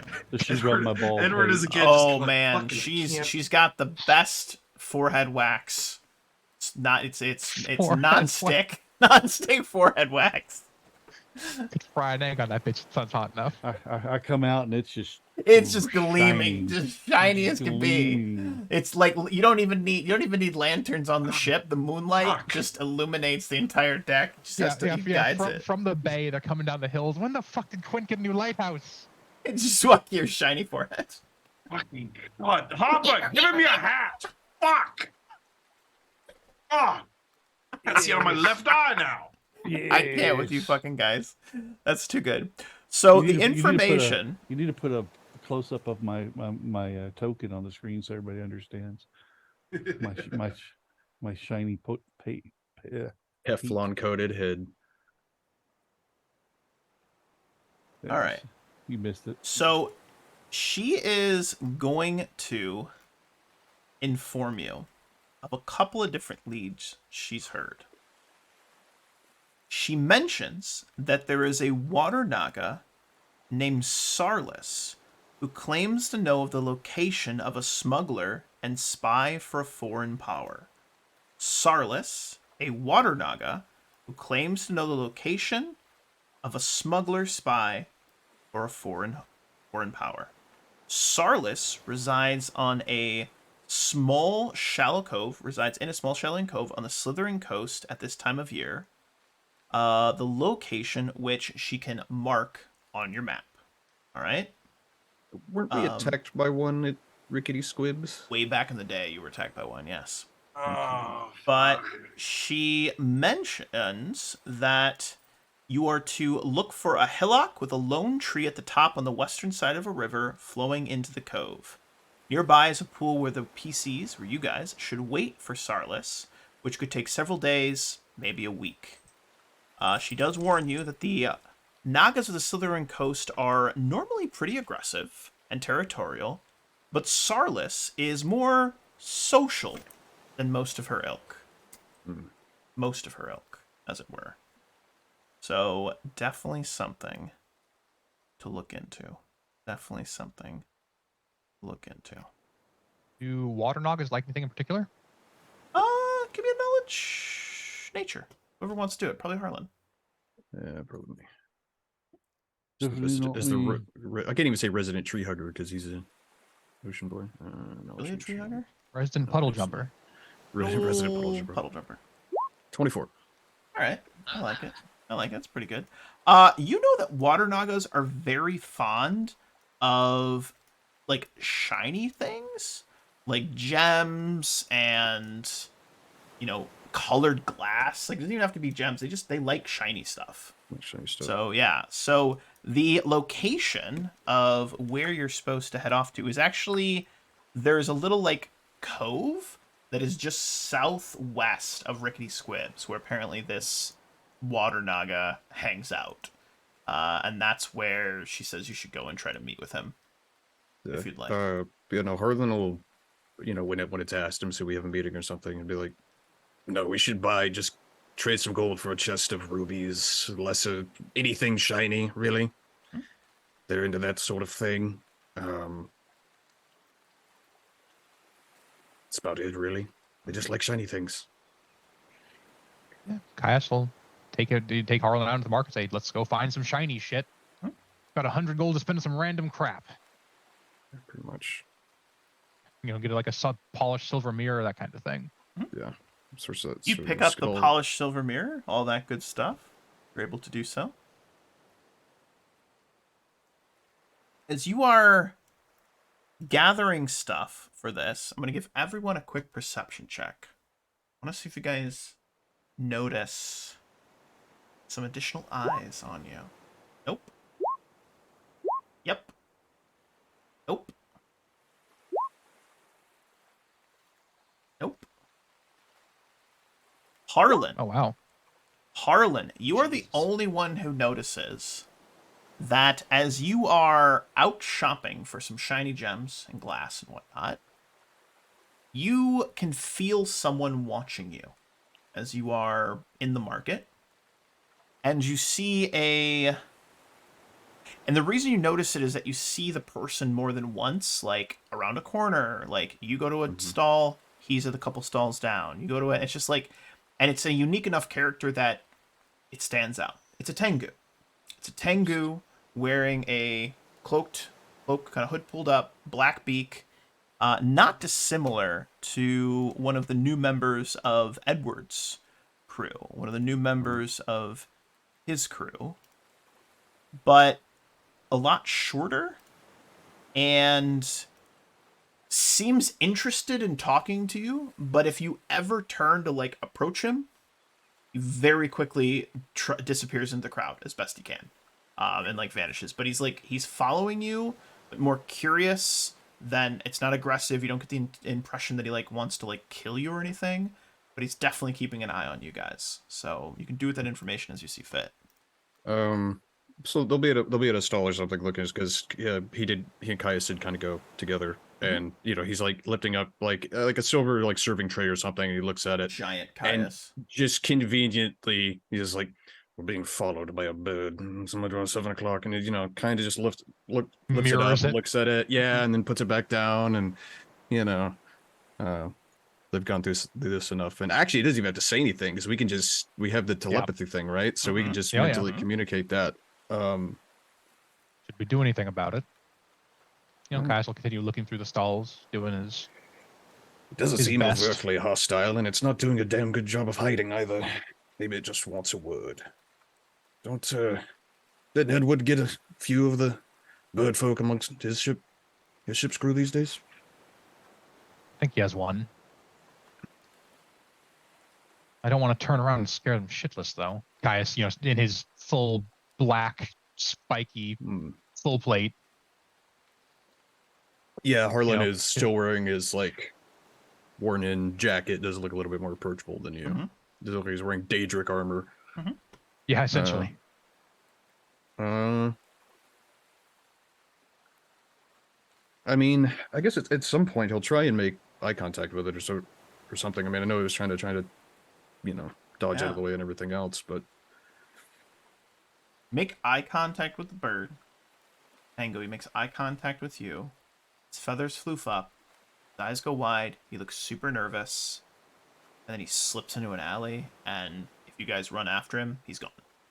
Just probably cast invisibility, or just ran really fast, or maybe he can fly, we don't know, but he is just gone. Okay. But you get the impression again, it's almost like he wanted to approach you, but as soon as you turned and like started to approach him, you spooked him and he ran off. Okay. You think maybe he was put up to watching us? He didn't seem very competent. No, I think anybody who has any interest in watching us would use someone a bit more professional than that. Well, actually, that's not true. He had a 30. Like, I didn't see him. He was pretty good at true. he was pretty good at stealthing. He was pretty good. Yeah, that's right. Well, now they mention it, yeah. He has the talent, not the bearing. We'll see if he shows up again. I think we spend an extra day here and find out. It's going to be quite a while, quite a journey to get down there. See if he'll approach us. He also did say that it would be quite a while of waiting for that fucking Naga. True. Well, we could miss him by a day when we show up a day late. Yeah. It's really the gamble. Wait and see if the bird approaches us again, or at least maybe see if it approaches Harlan if he's maybe by himself. Yeah, Caius will mention Split to up for both lunch or Walkir and Edward, take some time at the dock. There's someone looking at us or looking for us. He might want to approach one of us in particular, so let's split up. Caius would send Nisara with Walkir, because Walkir doesn't have a telepathic link. Just in case one of us gets in trouble, we'll know and can converge. So, yeah. as you are by yourself, Captain Caius, you're moving around, you go to a stall, you're looking at some really nice captain's hats. You don't have a captain's hat, maybe you should get one. I mean, a good captain does have a captain's hat. So there's a couple of nice tricorns. There's a couple that have like some Besmaran tricorns. You maybe feel a little drawn to them, but there's also like I'm a devil worshipper tricorn with a bunch of like devil markings on it and whatever. And I mean, that's probably the one you should get, but I digress. And you can sense someone pull up next to you and walk in and pick up a hat and look at it. It's the same Tengu. And he's looking at this hat. Yeah, flips it around, and it's one of the Besmaran tricorns, and he flips it around and goes, "Nice hat. Look good on you." And he goes to hand it to you. And you notice that in the fold of the tricorn, there appears to be a little note slipped into it. A tiny little slip of a note. To Nisara telepathically. Invisibility, teleport to me. She does so. And he'll send a note, and follow him, and he'll accept the hat, and, nonchalantly like, I'm not sure if it's exactly what I'm looking for, but it's got good lines. He smiles. Yeah, he'll pull the note and set it back on the thing. He'll palm the note, put it in his pocket. Lots of options. Keep an eye out. Lots of options. Even more eyes. And he'll turn to walk away. Not aggressive. Not mean. Just wanders off away from you. And Caius will make his way towards the others, inform Edward and Harlan he just was passed a note by said Tengu. There's a name. Before he... Okay. There's a name in the note. Oh, before he says it. I'm sorry, you're going to say something before he opens it. Go ahead. Yeah, before he opens it, he would like to get them together in case it's, symbol of death. Huh, what does that mean? Oh, look at this subject. Just dies. No. There is a name in the letter. The name is Jamis Kef, City of Drenchport. All it says, Jamis Kef, City of Drenchport. And he'll have Nisara tail this Tengu until he goes home, presumably. And she'll cast the invisibility. She has it on her spell list. In fact, checks it memorized right now. He does go invisible, and she's able to continue to follow him. Yeah. Excellent. And he actually has a home. He has a home in the city. He goes into his home and settles in for the evening. How long does she watch him? Hour and a half, 2 hours, an hour and a half, 2 hours. Not like all night. But give Nisara a quick perception check. Pretty good. Nisara notices. So imagine that there is a row of row houses. So there's this street of row houses. Tengu is they're double stories. So there's like a flat up top and a flat on the bottom. He goes up to the upper level. Across the street, there's another row. She notices a man that is sitting with a crossbow pointed at the direction of that Tengu's apartment. Got a scope on it. Kind of looks like a sniper. I guess I'll relay this to the party and be like, you want to go rescue the guy and see if he was giving this to us under duress? Or do you want to go shake him down? What's the plan? It sounds to me kind of like he was forced to give this note off and that guy's watching him. Either that or that guy's security. Exactly. It almost sounds like he used invisibility to escape. Get the note to you, use invisibility to get back without being seen.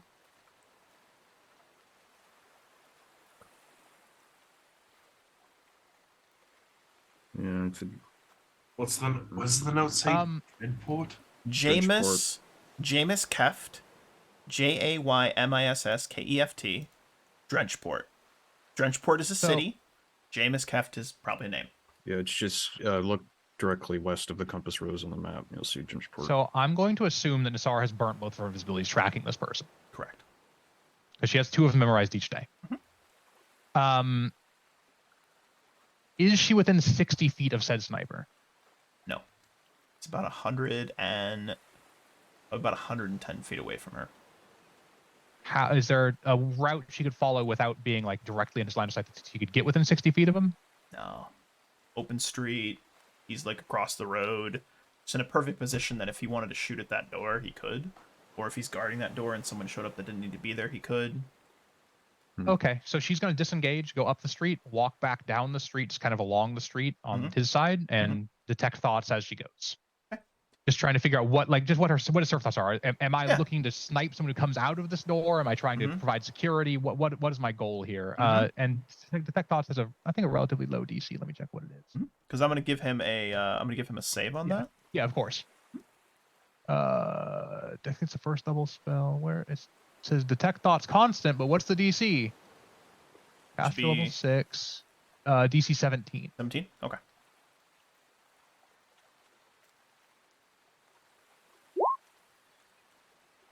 She does not get anything. Does not get anything from him. Yep.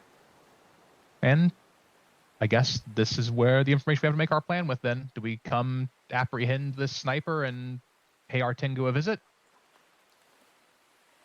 Sound like the Because- worst plan. Because I really kind of don't want to go to this random name from Invisibility Tengu with Sniper watching said Tengu. As you guys are discussing, get a message from Nasara. She's like, the Tengu is leaving. Oh shit.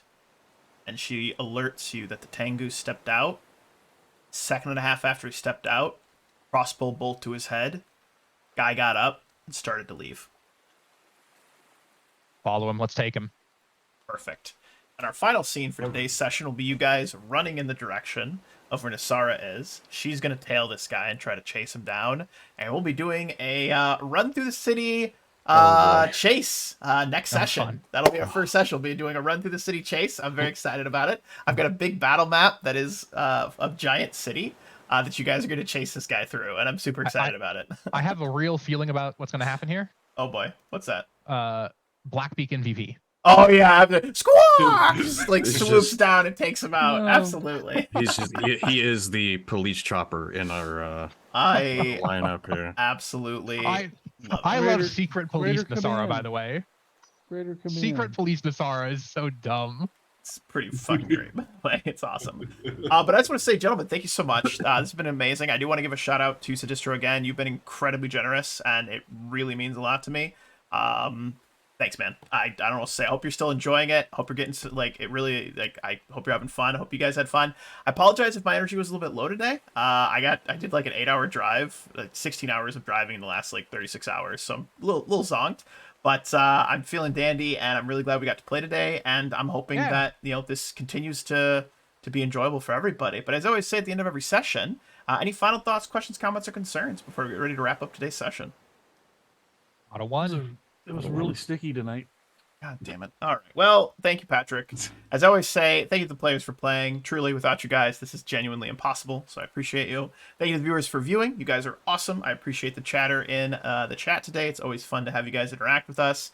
And happy gaming, everybody. You'll see these awesome pirates, same game time, same game place, for our continued mystery of who the heck this pirate ring is. We've got a potential Naga with information. We've got a name. We've got a dead Tengu. We've got a sniper guy. Things are starting to heat up very quickly. And we've got a scared and running with their tail between their legs Wormwood, because you guys are terrifying and over-leveled by 2 levels. But it's fine. Don't worry about it. I could not give it to you. But with that being said, be well, be safe, and we'll see you next week. Good night, everybody.